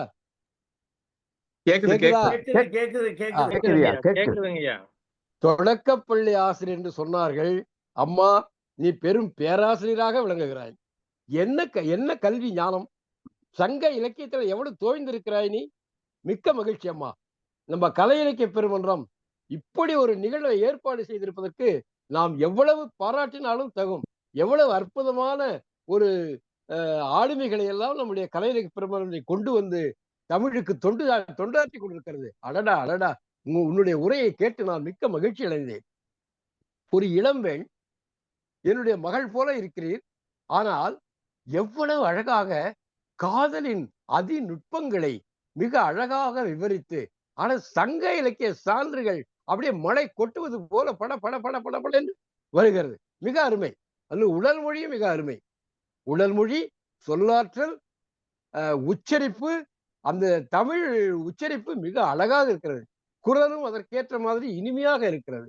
தமிழ் எவ்வளவு இனிமையான மொழி என்பது உங்களை போன்ற இனிமையானவர்கள் பேசுகிற பொழுதுதான் நம்ம கண்டுபிடிக்க முடியுது. அருமை அருமை மகளே, நீங்கள் வாழ்க. உள்ளினும் தீரா பெருமகிழ் பெருமகிழ் செய்தலால் கள்ளினும் காமம் எழுது. கல்லுண்ணாமை எழுத வள்ளுவர் நீங்க கள்ள உவமை சொல்றாரு. அதான் கவிஞனா வரும் பொழுது அவருக்கு தானா கல்ல நினைச்ச உடனே போதை ஏறுது பாருங்க. கல்லை விட கல்லு உண்டாதான் போதை. ஆனா இந்த காதல் நினைவுகளை நினைத்தாலே இனிக்கிறது. நினைத்தாலே சொல்ல முடியாத இனிமை. கல்லினும் காமம் இனிது, உள்ளினும் தீரா பெருமகள். நினைத்தாலே அடங்காத ஒரு மகிழ்ச்சி ஏற்படுகிறது. இத நம்ம புவனேஸ்வரி மிக அழகாக அருமையாக எடுத்து விளக்கிறார்கள். அதுக்கு சங்க இலக்கிய சான்றுகளை மிக அழகாக சொல்றார். எந்த நிலையிலும் காமம் இனியதுதான். பிரிவு காலத்திலும் கூட மகிழ்ச்சி தரும். எப்போ? நினைத்தாலே நீங்கா பெருமகிழ்ச்சி தரக்கூடியது. அன்புக்குறைவரை நினைத்துக் கொண்டிருந்தாலே ஒரு துன்பமும் வராது. நினைத்தாலே துன்பம் வராது. இந்த நினைத்த புலம்புறான் பாருங்க. பிரிவினால் மிகவும் வருந்தக்கூடிய இந்த காதலி எப்படி புலம்புறா பாருங்க. அந்த ரொம்ப அருமையான குரலுங்க. இந்த குரல் தும்மல் வருதுங்க. தும்மல் வர்ற மாதிரி தோணுது. அப்போ நம்மள நினைக்கிற மாதிரி தும்மல் வந்தா நம்ம தமிழ்ல ஒரு மரபு உண்டு, இல்ல ஒரு மரபு உண்டு. யாரும் நினைக்கிறாங்கப்பா, தும்மும் போது என்ன சொல்றாங்க, யாரும் நினைக்கிறாங்க. இவளுக்கு தும்மல் வர தொடங்குதான். அப்போ இவர் நினைக்கிறார், நம்ம காதலர் தான் நம்மள நினைக்கிறாருன்னு. அடங்கி போயிடுது. ஆனா படுபாவி நினைத்த மாத்திரத்திலே மறந்து விட்டானோ, அதனால்தான் வந்தத தும்மல் அப்படியே அடங்கி போய் விட்டதே. என்ன அழகா சொல்றாரு பாருங்க. ஒரு மக்கள் மத்தியிலே மரபாக வரக்கூ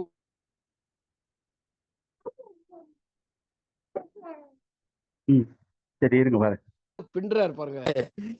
நினைப்பவர் போன்று நினைக்கும் போது தும்மல் ஆரம்பிக்குதான் இவளுக்கு.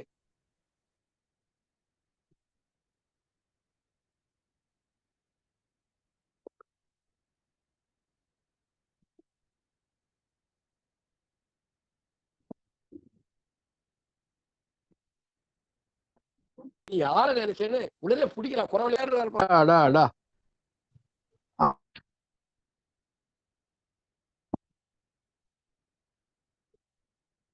தெரியல, இவர் மட்டும் என் உள்ளத்துல இப்ப வந்துட்டு இருக்கிறாரு அப்படி வியக்கிறா. காதல புலம்பும் போது எப்படி இப்படி எல்லாம் சொல்ல தோணுது பாருங்க. விதவிதமா விதவிதமா சொல்ல. யாமும் உடையங்கோல் அவர் நெஞ்சத்து, அவர் உள்ளத்துல நானும் இருப்பேரா. ஆனா அவர் மட்டும் என் உள்ளத்துல எப்போ வந்துகிட்டே இருக்கிறாரு. இந்த ஒவ்வொன்றதுக்கு புவனேஸ்வரி அம்மா மிக அழகான விளக்கம் கொடுத்தாங்க. தன் நெஞ்சத்து என்னை எம்மை கடி கொண்டார். அவருடைய உள்ளத்திலிருந்து என்னை விலக்கி விட்டார். கொஞ்சம் கூட உனக்கு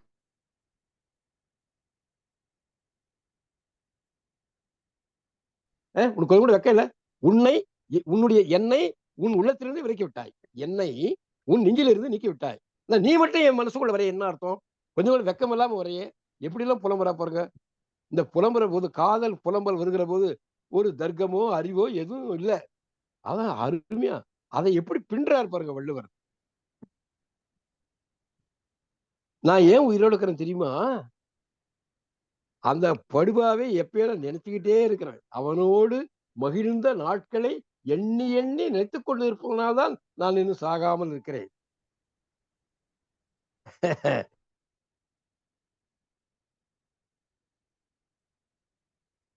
நினைக்கும் போதே உள்ள வேகுதே, அவனை நினைக்கும் போதே உள்ள வேகுதே.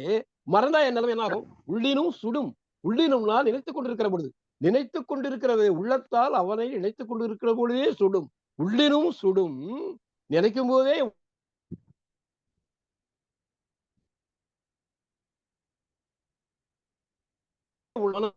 நான் மறந்து விட்டால் எனக்கு முதல் குரலை கடைசியா சொல்லுவாரு. அந்த கடைசி குரல் பாருங்க, கண்ணதாசன் ஒரு பாட்டுல சொல்லுவாரு, நாளை இந்த நேரம் பார்த்து ஓடி வா நிலா, இன்று என் தலைவன் இல்லை சென்று வா நிலா, நீ போய் வா நிலா. அதாவது நிலா எப்பவுமே தனிமையா இருக்கிறவங்களுக்கு நிலா துன்புறுத்தும். நிலா, குளிர்ச்சியான நிலா தனிமையில் வாழுகிற பொழுது அது மேலும் துன்புறுத்தும், மேலும் சுடும். சேர்ந்திருக்கும் போது நிலா குளிரும். அதுதான் நம்ம இலக்கியங்கள், சங்க இலக்கியங்கள், சிலப்பதிகாரம் எல்லாம் சொல்லுது. ஆனா இவ என்ன பண்றான்னா, நிலவே நீ போகாதே, பிரிஞ்சிருக்கிறாயோ, பிரிஞ்சு இருக்கும் போது நிலா வருது, நிலவே நீ வாழ்க, நீ போகாத, கொஞ்சம் மறைந்து விடாதே. என்னுடைய காதலனை, என்னுடைய கணவனை, கணவன் காதலன் எல்லாம் ஒண்ணுதான், என்னுடைய கணவனாகிய காதலனை நான் கண்ணார காணும் வரை நீ மறையாதே நிலவே. எப்படி சொல்ற பாருங்க, பிரிந்தவருக்கு நிலா துன்பம் தரும், ஆனா இவ புடிச்சு நிறுத்துறா. இதுக்கு என்ன காரணம்னா, நல்லா யோசனை பண்ணி பாருங்க. உன்னுடைய குளிர்ந்த நிலவு ஒளியில்தான் நான் அவரை சந்தித்தேன், அவரோடு பேசினேன், அவரோடு உறவாடினேன், அவரோடு மகிழ்ந்தேன். எங்களுக்கு நீ சாட்சியாக சான்றாக இருந்தாய். அப்படி இருந்த நீ இப்ப நான் தனியா இருக்கும்போது நீ வந்திருக்கிற, ஆனால் நீ போகாத. எனக்கு சாட்சியா இருந்தா இல்ல, அவர் வரட்டும், அவர் கண்ணார நான் பார்க்கணும், அவரை பார்த்த பிறகு நீ மறைந்து கொள். அப்படி நிலவை புடிச்சு நிறுத்தி கேட்கிறா. காதலுக்கு எவ்வளவு வலிமை இருக்குது பாருங்க. நிலவு அது பயணித்துக் கொண்டே இருக்கும் வானத்துல. அப்படி பயணித்துக் கொண்டே இருக்கிற நிலவை புடிச்சு நிறுத்தி,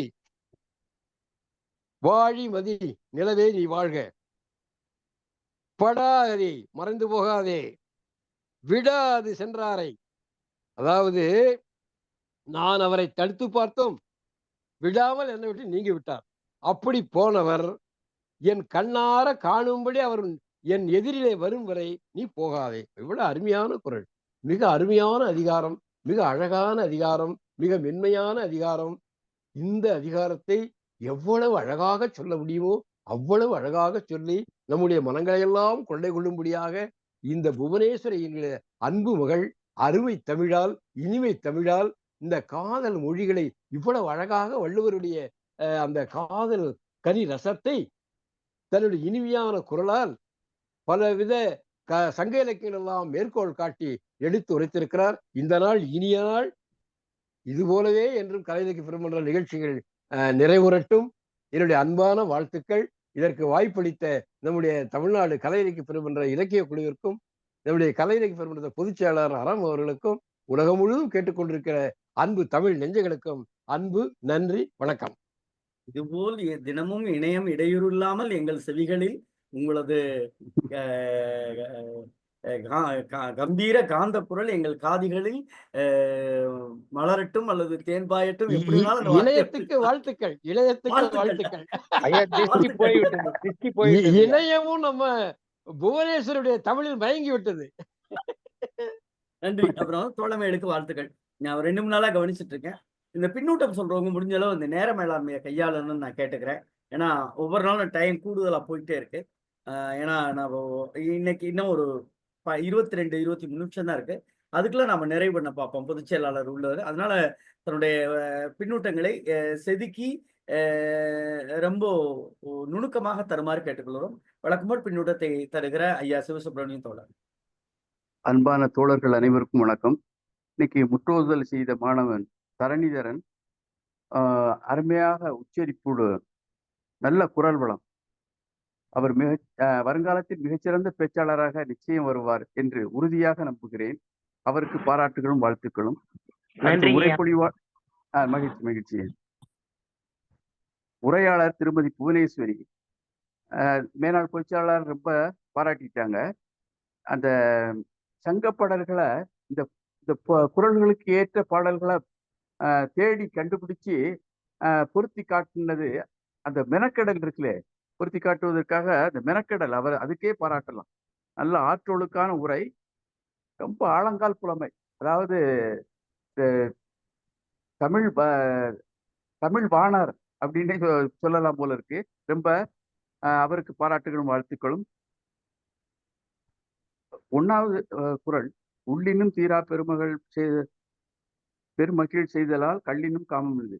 திருவள்ளுவர் காமம் மகிழ்ச்சியை பெற்றதனால் கல்லை வெறுத்து ஒதுக்கிட்டார் அப்படின்னே கொள்ளலாம். காம மகிழ்ச்சியில் அவருக்கு அதே திருப்திகரமா போயிட்டு. அடுத்து 2வது குறள், எனைத்தொன்றி இனிதே கான் காமம் தான் வீழ்வார் நினைப்ப வருவதில். தலைவி தலைவனை மனைவி கணவனை பிரிஞ்சு இருக்கு. இனிமே அவரை புண்ணியம் இல்லை, அது நினைச்சுக்கிட்டு இருக்கா. ஆனா அவர் நம்மளை நினைக்காட்டாலும் அது காலத்தின் கட்டாயம். அதனால இனிமே நாம பொறுத்து கொள்ள வேண்டியதுதான் அப்படின்னு ஒரு மனப்பக்குவம் அடைந்து விடுகிறாள், மன முதிர்ச்சி பெற்று விடுகிறாள் என்றே சொல்ல தோன்றுகிறது. அடுத்து, நினைப்பவர் போன்று நினையார்கொள் தும்மல் சினைப்பது போன்று கெடும். இது பேராசிரியர் சொன்னாப்புல திருவள்ளுவர் காலத்துல உள்ள ஒரு நம்பிக்கை பழக்க வழக்கம் இப்பவும் கூட நம்ம சொல்றோம்.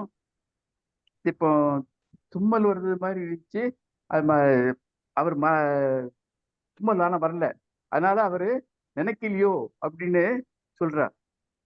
இதை இன்னொன்னு நம்ம நினைச்சு பார்க்கலாம். இவா கணவனை ரொம்ப நாள் முழுவதும் நினைச்சுக்கிட்டு இருக்காப்புல.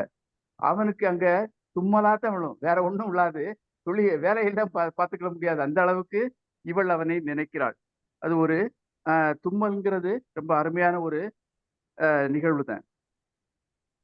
அடுத்து 6வது குறள், மற்றியான் என்னுள்ளேன் மன்னோ அவரோடு யான் உற்ற நாள் உள்ள உளேன்.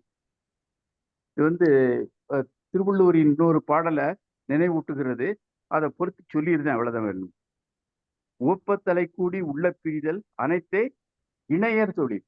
புலவருங்கிறதுக்கு பதிலாக இணையர்னு போட்டா இந்த குறளுக்கு அந்த குறள் பொருத்தமாயிரும், வேற ஒண்ணும் இல்லை. ஒப்பத்தலை கூடி உள்ள பிரிதல் அனைத்தே இணையர் தொழில். அடுத்து கடைசி பாடல், விடாது சென்றாரை கண்ணினால் காணப்படாது வாழிமதி.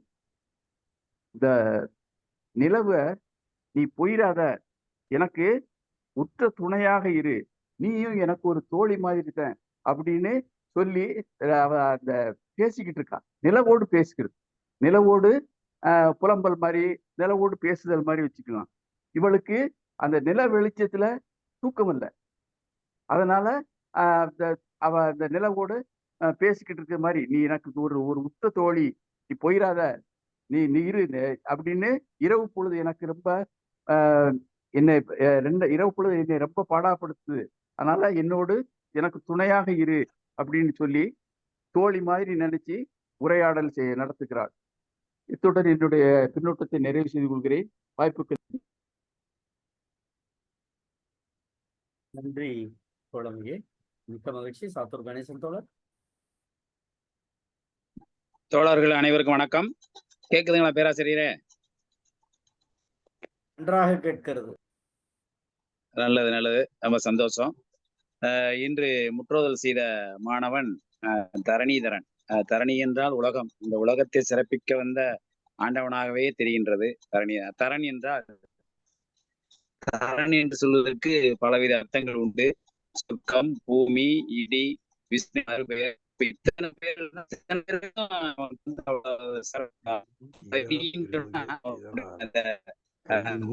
முற்றோதல் சொன்ன விதம் நம்மளுக்கு இடியை போல பாரதியாருடைய எடுத்துக்காட்ட சொல்லும் போது அவ்வளவு சிறப்பா இருந்துச்சு. சொர்க்கம் சொன்னா அந்த பெற்றவங்களுக்கு சொர்க்கமாக இருக்கக்கூடிய தன்மையில் இருக்கக்கூடிய ஒரு பையன். அதே மாதிரி விஷ்ணுவின் மறுபேருன்னு சொல்லிக்கலாம். அப்ப இந்த உலகத்தை காக்க வந்த ஆண்டவன் விஷ்ணு, அவனுடைய அந்த விஷ்ணுடைய மறு உருவமாகவே, மறு அவதாரமாகவே தரணிதரன் இருக்கின்றார்.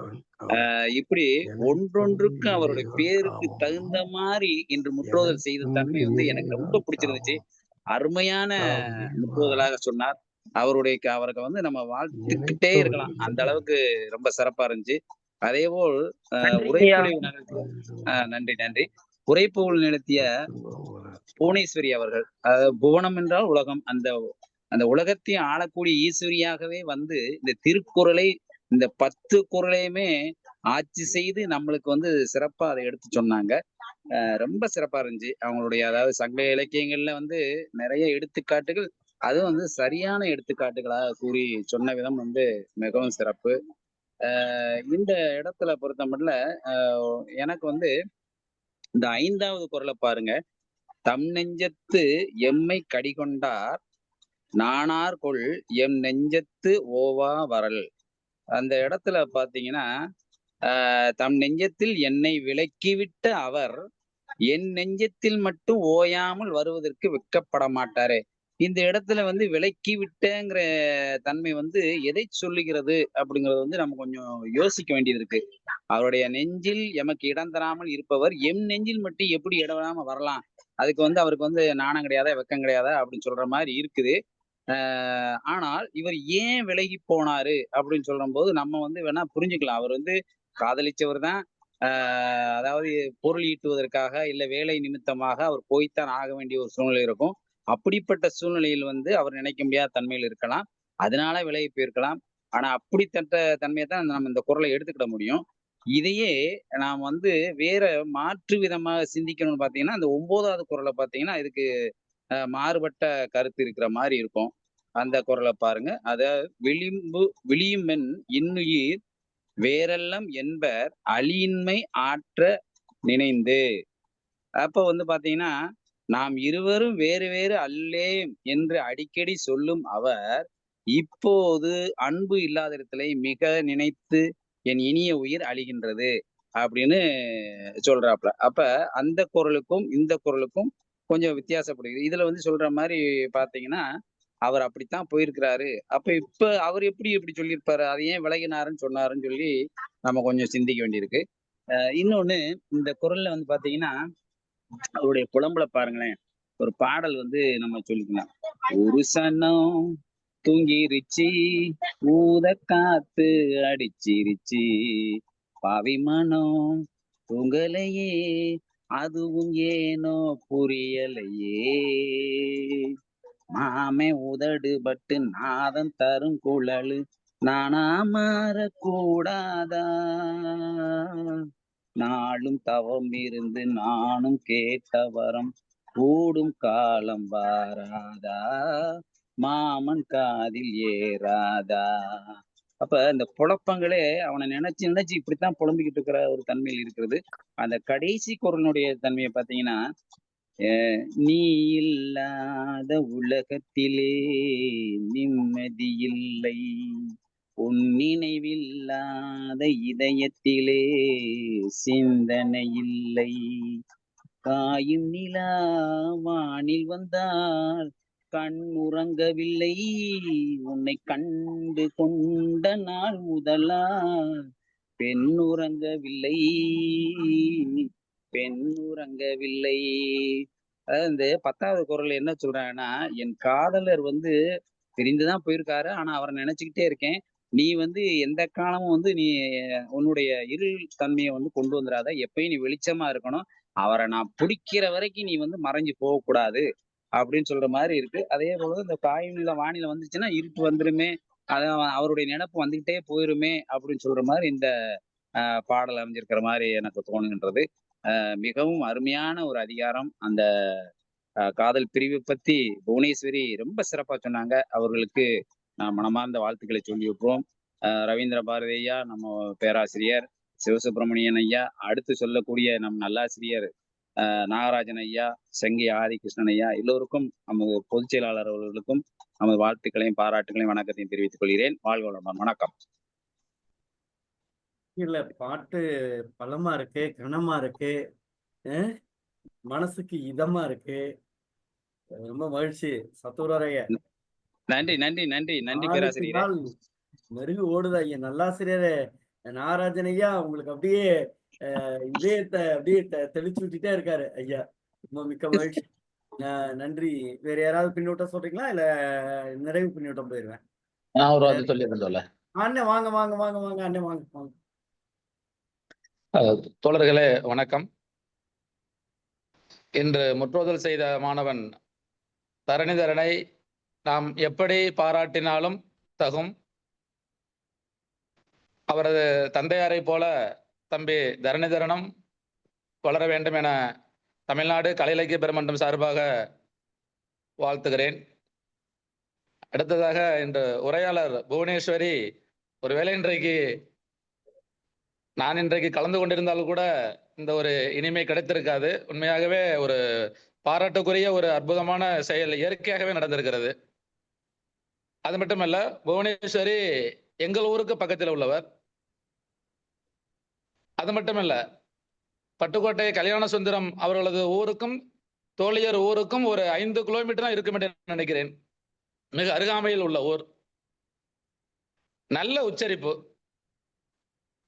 அது மட்டும் இல்லாம இந்த இணையம் கிடைக்காம இருக்கும்போது அவங்க தோழியர் எடுத்துக்கொண்ட அந்த முயற்சி, அந்த போராட்ட குணம் உண்மையாகவே அனைவரின் சார்பாகவே நாம் பாராட்ட வேண்டிய ஒரு இடத்தில் இருக்கிறோம். நல்ல ஒரு தெளிவான விளக்கம், அந்த சங்க இலக்கியத்தோடு ஒப்பிட்டு ஒரு அற்புதமாக சொல்லியிருந்தார்கள். பாராட்டுக்குரியது. தோழியர், நீங்கள் பட்டுக்கோட்டை கிளையில் உறுப்பினராக சேர வேண்டும். ஒரு நல்ல ஒரு நூல் எழுதுங்கள். அந்த நூலை தமிழ்நாடு கலை இலக்கிய பெருமன்றம் சார்பாக நம்மளுடைய பொதுச் செயலாளர் வரவழைத்து பட்டுக்கோட்டையிலேயே அந்த நூலை நாம் வெளியிடுவோம். டாக்டர் செல்லப்பனையாலாம் இருக்கிறாங்க, அவங்களிடத்தெல்லாம் கலந்து கொண்டு நீங்கள் நிறைய எழுத வேண்டும், நிறைய படிக்க வேண்டும் என்று இந்த நேரத்தில் சொல்லிக் கொள்கிறேன். நான் தான் பட்டுக்கோட்டையினுடைய செயலாளர். ஆகையால் உங்களுக்கு என்ன உதவி வேண்டுமானாலும் பட்டுக்கோட்டையினுடைய கிளையின் சார்பாக உங்களுக்கு செய்யப்படும் என்பதையும் இந்த நேரத்தில் தெரிவித்துக் கொள்கிறேன். ஓகே. இந்த அதிகாரத்தை பொறுத்த வரைக்கும் நம்முடைய பின்னோட்டம் சொல்லக்கூடிய ஆளுமைகள் நிறைய சொல்லியிருக்கிறாங்க. எனக்கு ஒரே ஒரு சந்தேகம் தான் இருக்கு. இது ஒரு முல்லைத்தனை வாழ்வியலை குறிப்பதாகவே நான் பார்க்கிறேன் இந்த அதிகாரத்தை. இது போல இன்னும் நிறைய அதிகாரங்கள் இருக்கலாம். பெண்ணனுடைய ஆற்றாமையே இந்த பெண் தலைவன் பிரிஞ்சு போயிட்டான் அல்லது தலைவன் நினைக்கலங்கிற மாதிரி இந்த தலைவி மட்டுமே புலம்புவதாகவே நிறைய திருக்குறள் இருப்பதாகவே நான் உணர்கிறேன். அதுக்கு என்ன காரணம் அப்படிங்கிறதையும் கொஞ்சம் தெரியல. வேற எதுவும் காரணமாங்கிறதையும் நம்ம யோசிக்க வேண்டிய இடத்துல இருக்கிறோம். இந்த 10 குறளுமே அந்த பெண்கள் சார்ந்துதான் இருக்கிறதாக நான் பார்க்கிறேன். அடுத்து இந்த முதல் குறளை மட்டும் ஒரே ஒரு சந்தேகம். அந்த கல்லினம் கல்லாமை, அந்த கல்லினம் காமம் இனிது, கல்லினம் காமம் இனிது என்று வள்ளுவர் சொல்லுகிறாரு. அது எந்த அடிப்படையில் சொல்லுகிறார்?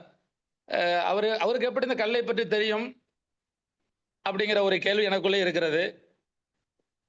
இருந்தால் நல்ல ஒரு இதுல முக்கியமான ஒரே கருத்து,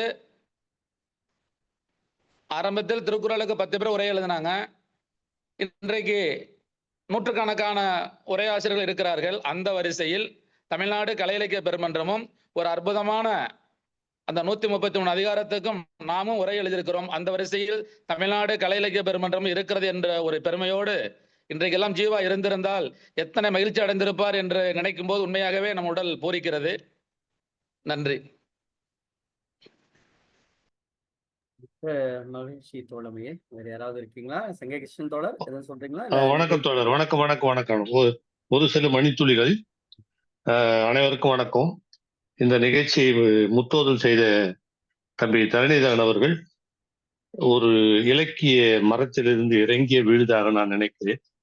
ரொம்ப சிறப்பாக அவருடைய தமிழ் ஆளுமை எங்கிருந்து வந்தது என்று நம்மால் உணர முடிகிறது. சரியான வளர்ப்பு. தோழர் பழனி அவர்களுக்கும் இவருக்கும் நான் வாழ்த்து தெரிவித்துக் கொள்கிறோம். அடுத்து உரைப்பொழிவு செய்த தோழர் கேக்குதுங்களா? கேட்குது தோழர்.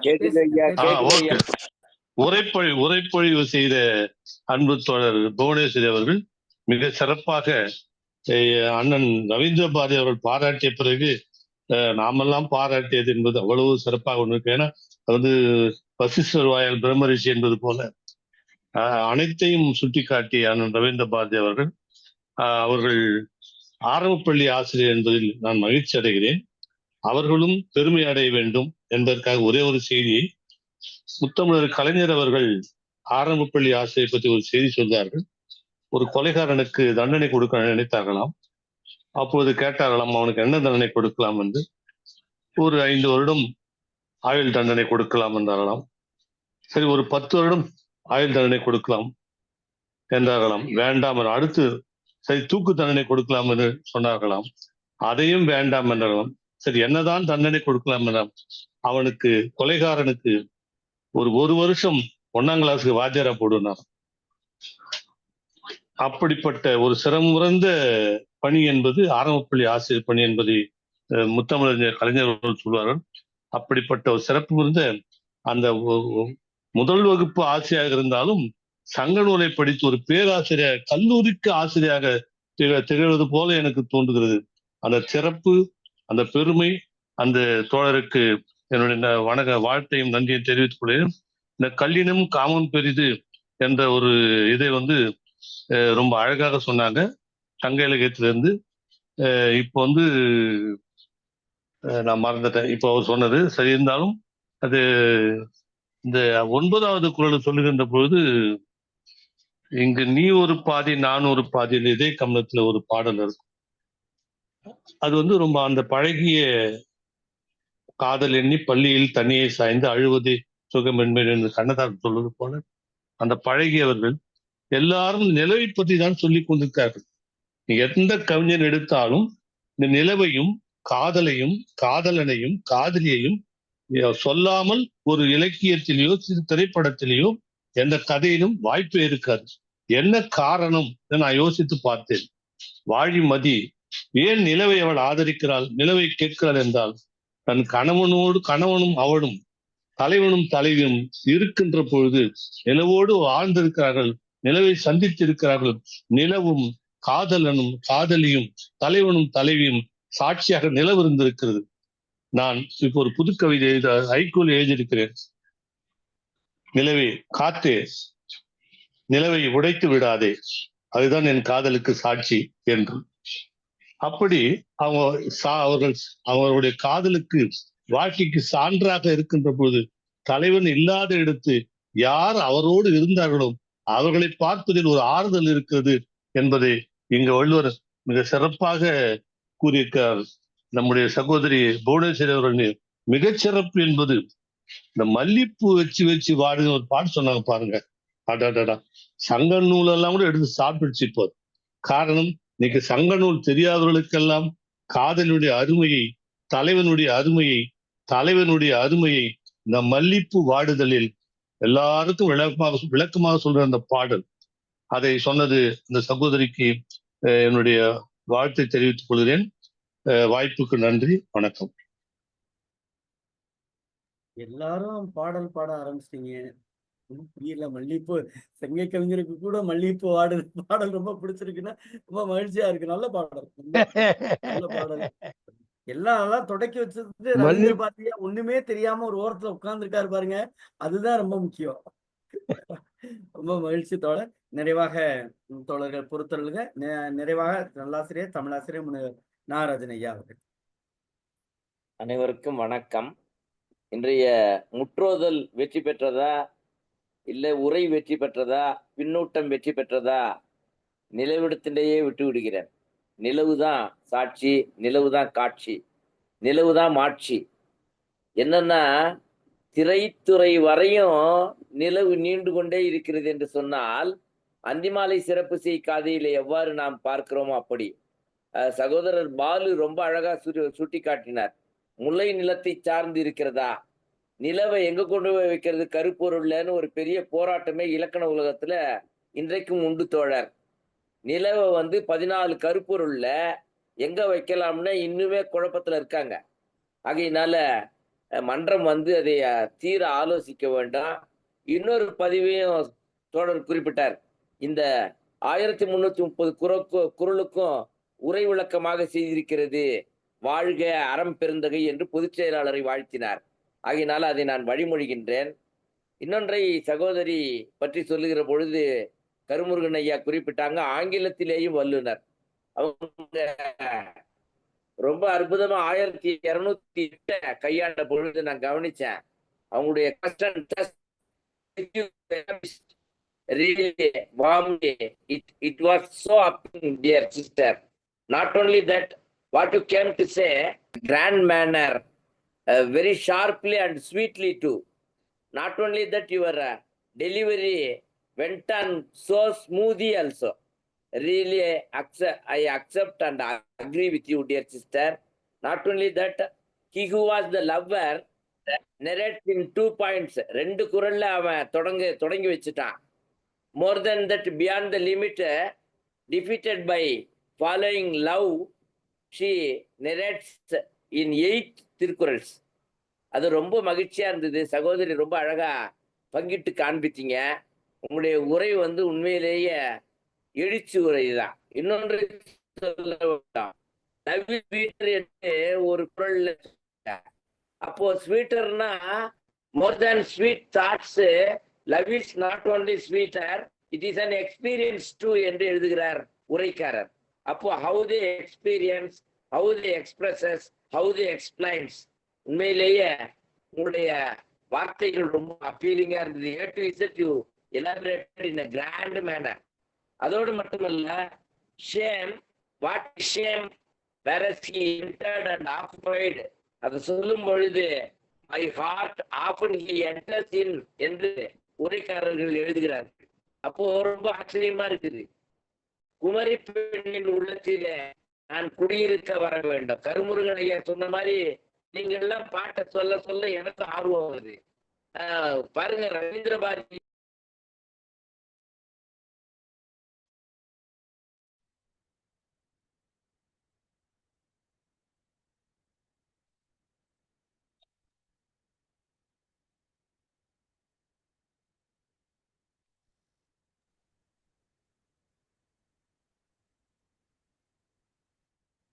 ஐயா முழுக்க கேட்டுதா, இடையீடு பட்டுருச்சா? இப்ப கடைசியில 1 செகண்ட் மட்டும் கேட்கல. அத ரவீந்திர பாரதி ஐயா நிலாவை ரொம்ப அற்புதமா கவியரசு பாட்டை எடுத்து சொல்றாங்க. ரொம்ப ஆச்சரியமா இருக்குது, மகிழ்ச்சியா இருக்குது. உண்மையிலேயே இன்றைய எழுச்சி உரை ஒரு சித்திரை நிலாவுக்கு கீழே அம்மா பிசைஞ்சு போடுவாங்க சாதம் எங்க எல்லாருக்கும் வரிசையா லீவு நாள்ல. அதை நினைவுபடுத்தியது போல இருந்தது. உண்மையிலேயே ஒரு கூட்டாஞ்சோறு போல இருந்தது இன்றைய கூட்டுப்பணி. வெற்றி வெற்றி வெற்றி.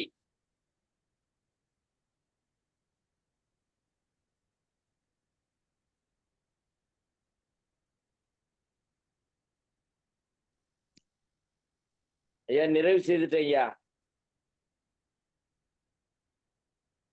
ஐயா நன்றியா, மிக்க மகிழ்ச்சி. அம்மா நீங்க எதுவும் நிறைவா சொல்ல விரும்புறீங்களா? உரைப்பொழிவாளர்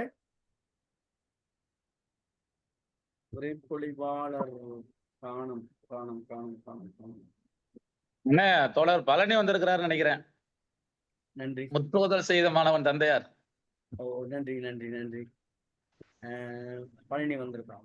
மிக்க மகிழ்ச்சி. தோழர் வாழ்த்துக்கள். வணக்கம் தோழர். வணக்கம் தோழர். வணக்கம் தோழர். வணக்கம் தோழர். அது சொன்ன மாதிரி கூப்பிடணும். பழனி தோழர். நன்றி தோழர். நிறைவாக நம்முடைய தமிழ்நாடு கலை இலக்கிய பெருமன்றத்தினுடைய பொதுச் செயலாளர் தோழமைமிக்க மருத்துவர் தா. ஐயா அவர்கள்.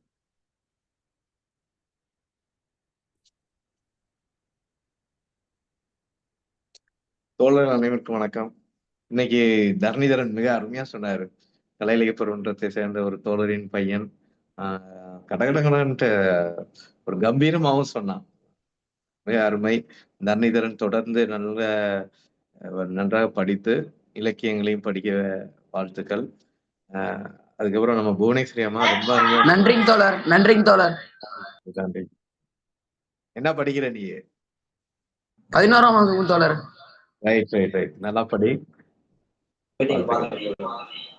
நன்றிங்க தோழர். புவனேஸ்வரி அம்மா ரொம்ப அருமையா சொன்னாங்க. இன்னைக்கு ஒரு ரொம்ப ரசிச்சு அவங்களுக்கு இணையம் இடையூறா இருந்தா கூட தமிழமுதின் சுவை கண்டார் இங்கு அமரர் சிறப்பு கண்டார்ன்னு சொல்லுவானே, தெல்லுற்ற தமிழமுதின் சுவை கண்டார்ன்னு சொல்லுவானே பாரதி. அது போல தமிழின் சுவையில எல்லாம் வெவ்வேறு இடங்கள்ல இருந்து வெவ்வேறு சங்க பாடல்கள், ராமாயணம் எல்லாத்துல இருந்து எடுத்து எடுத்து கொண்டு வந்து கொட்டின மாதிரி இருந்தது. அவங்க எப்படியெல்லாம் ஒவ்வொரு குரலுக்கும் அதுக்கு அடுத்து வெளியே போய் அந்த சங்க பாடல்களில் இருந்து உதாரணங்களை சொல்லி, அது மட்டும் இல்லை, இன்னைக்கு வந்து மச்சான் எப்போ வர போறன்றதுதான் அன்னைக்கு மல்லிகைப்பூ அந்த பாட்டு வந்து பயங்கர ஹிட்டா இருக்கக்கூடியது. அதனுடைய வரிகள் எவ்வளவு அருமையா இருக்கு. டியூன் நல்லா ஹிட் ஆயிருக்கு, பாட்டு ஹிட் ஆயிருக்கு. இருந்தாலும் அந்த வரிகளும் எவ்வளவு உள்ளார்த்த அர்த்தத்தோடு இருக்குன்றதையும் எடுத்து சொன்னாங்க. இந்த குரல் ஏற்கனவே நம்ம தோழர் ரவீந்திர பாரதி தோழர் ரொம்ப அருமையா சொன்னாங்க. கல்லுக்கும் இதுக்கும் என்ன சம்பந்தம் அப்படின்னு அவருக்கு ஒருவேளை வள்ளுவர் குடிச்சிருப்பாரா அப்படின்னு கூட நம்ம பாலு தோழர் கேள்வி வச்சாங்க. முன்னாடி வந்து குடி வந்து ஒரு ஒழுக்கக்கேடா சில காலங்கள்ல இருந்திருக்கு, சில காலங்கள் இல்லாம இருந்திருக்கு. அதுக்கான திருக்குறள் தோய்ந்தவர்கள் பதில் சொல்லுவாங்க. ஆனா காமம் வந்து கல் குடிச்சது மட்டும் இல்லாம காமமா இல்லை காதல் வந்து அது இல்லாம இருந்தால் கூட இன்பம் அப்படின்றதுக்கு அந்த இதை சொல்ல வராரு. அப்புறம் இன்னைக்கு உள்ள இது 2-3 இடங்கள்ல ஒரு மேஜிக்கல் ரியலிசத்துக்குள்ள இருக்கிற மாதிரியான ஒரு பார்வை இதுல இருந்துச்சு. அந்த ஒரு நிலவு வந்து நிலவுட்ட கேட்கறது. நான் வந்து விடாது சென்றாரை கண்ணினால் காண படாதி வாலி மதி அப்படின்றது. அப்ப நான் என்னுடைய காதலனை தேடும் வரை நீ மறையக்கூடாதுன்னு. அப்படி வாய்ப்பு இருக்கா அப்படின்லாம் நம்ம போய் அறிவுபூர்வமாலாம் கேட்க வேண்டியதில்லை. ஆனால் ஒரு காதலை வெளிப்படுத்தும் போது அவள் சொல்லக்கூடிய வார்த்தைகள் அதே மாதிரி தன்னெஞ்சு தம்மை கடி கொண்டார்ன்னு சொன்னது. என்னுடைய எண்ணம் அவர் எண்ணத்துக்குள் போகாமல் காவல் காத்து கொண்டாடுறது. அதுவும் ஒரு விதமான ஒரு ஃபேண்டசி கற்பனையாக, மாயாஜால கற்பனையாக தான் இருக்கு. ஆனால் இந்த குரல் முழுக்கவே வந்து ஒரு மாயாஜால கற்பனையோடு இருக்கு. இடையில கூட அந்த நினைவுனாலதான் நான் உயிரோட இருக்கிறேன். ரவீந்திர பாரதி தோழர் கூட சொன்னாங்க. ஒரு அம்மா வந்து 10 வருஷத்துக்கு முன்னாடி இறந்த தன்னுடைய கணவனோட பேசுறது திருப்பி திருப்பி பேசிக்கிட்டே இருக்கு ஒரு பாட்டி அப்படின்னு சொன்னாங்க. அந்த சோலை புஷ்பங்களை என்ற பாட்டுல கூட உன்னை எண்ணி மூச்சு இருக்குது, உள்ளூரில் என்னென்னமோ பேச்சு இருக்குது. அந்த இதெல்லாம் இந்த இதுல காதல் பாடல்கள்ல இன்னைக்கு சினிமா பாடல்கள்ல நிறைய பாடல்கள்ல இந்த இதெல்லாம் வரும். வெளியில் விழுந்து இதயம் நுழைந்து அந்த பாட்டுலயும் வரும். இரவும் பகலும் முரசை கொள்ளும் அந்தி பொழுதில் வந்துவிடு, அந்த கரைகள்ல வந்து அழுத விழிகளோட இருப்பேன், உயிரை திருப்பி தந்து விடுன்ற மாதிரிலாம் வரும். இந்த அதிகாரம் முழுக்கவே காதல் உணர்வுகளில் தோய்ந்து மிக அருமையான உணர்வுகளை ஒரு மாயாஜால உலகத்துக்குள் கூட்டு போவதை போல குரல்களை எல்லாம் அமைத்து அதை வழங்கியுள்ளார் வள்ளுவர். பின்னூட்டம் வழங்கிய அனைவருக்கும் நன்றி.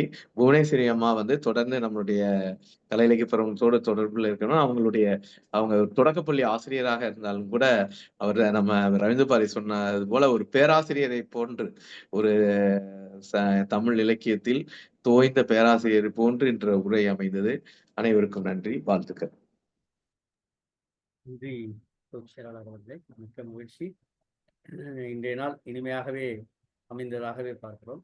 காலத்தினுடைய அருமை கருதி முடிந்தளவு நம் குறிப்பிட்ட நேரத்திற்கு நிறைவு செய்வோம். ஏனென்று கேட்டால் அது வலைவெளியில் பகிரப்படுகின்ற பொழுது நேர மேலாண்மை சரியாக இருந்தாலே அதை பார்ப்பவர்கள் படிப்பவர்கள் பயன்பெறுவார்கள். இந்த நிலையின் கீழ் நிறைவு செய்கிறோம். தோழமைகளை நாளைய தினம் இரவு 8 மணிக்கு தமிழ்நாடு கலை இலக்கிய பெருமன்றம் நாளும் ஒரு அதிகாரம் என்கிற தலைப்பின் கீழ் உங்களோடு இணைந்து பயணிப்போம். நன்றியும் வாழ்த்துக்கள்.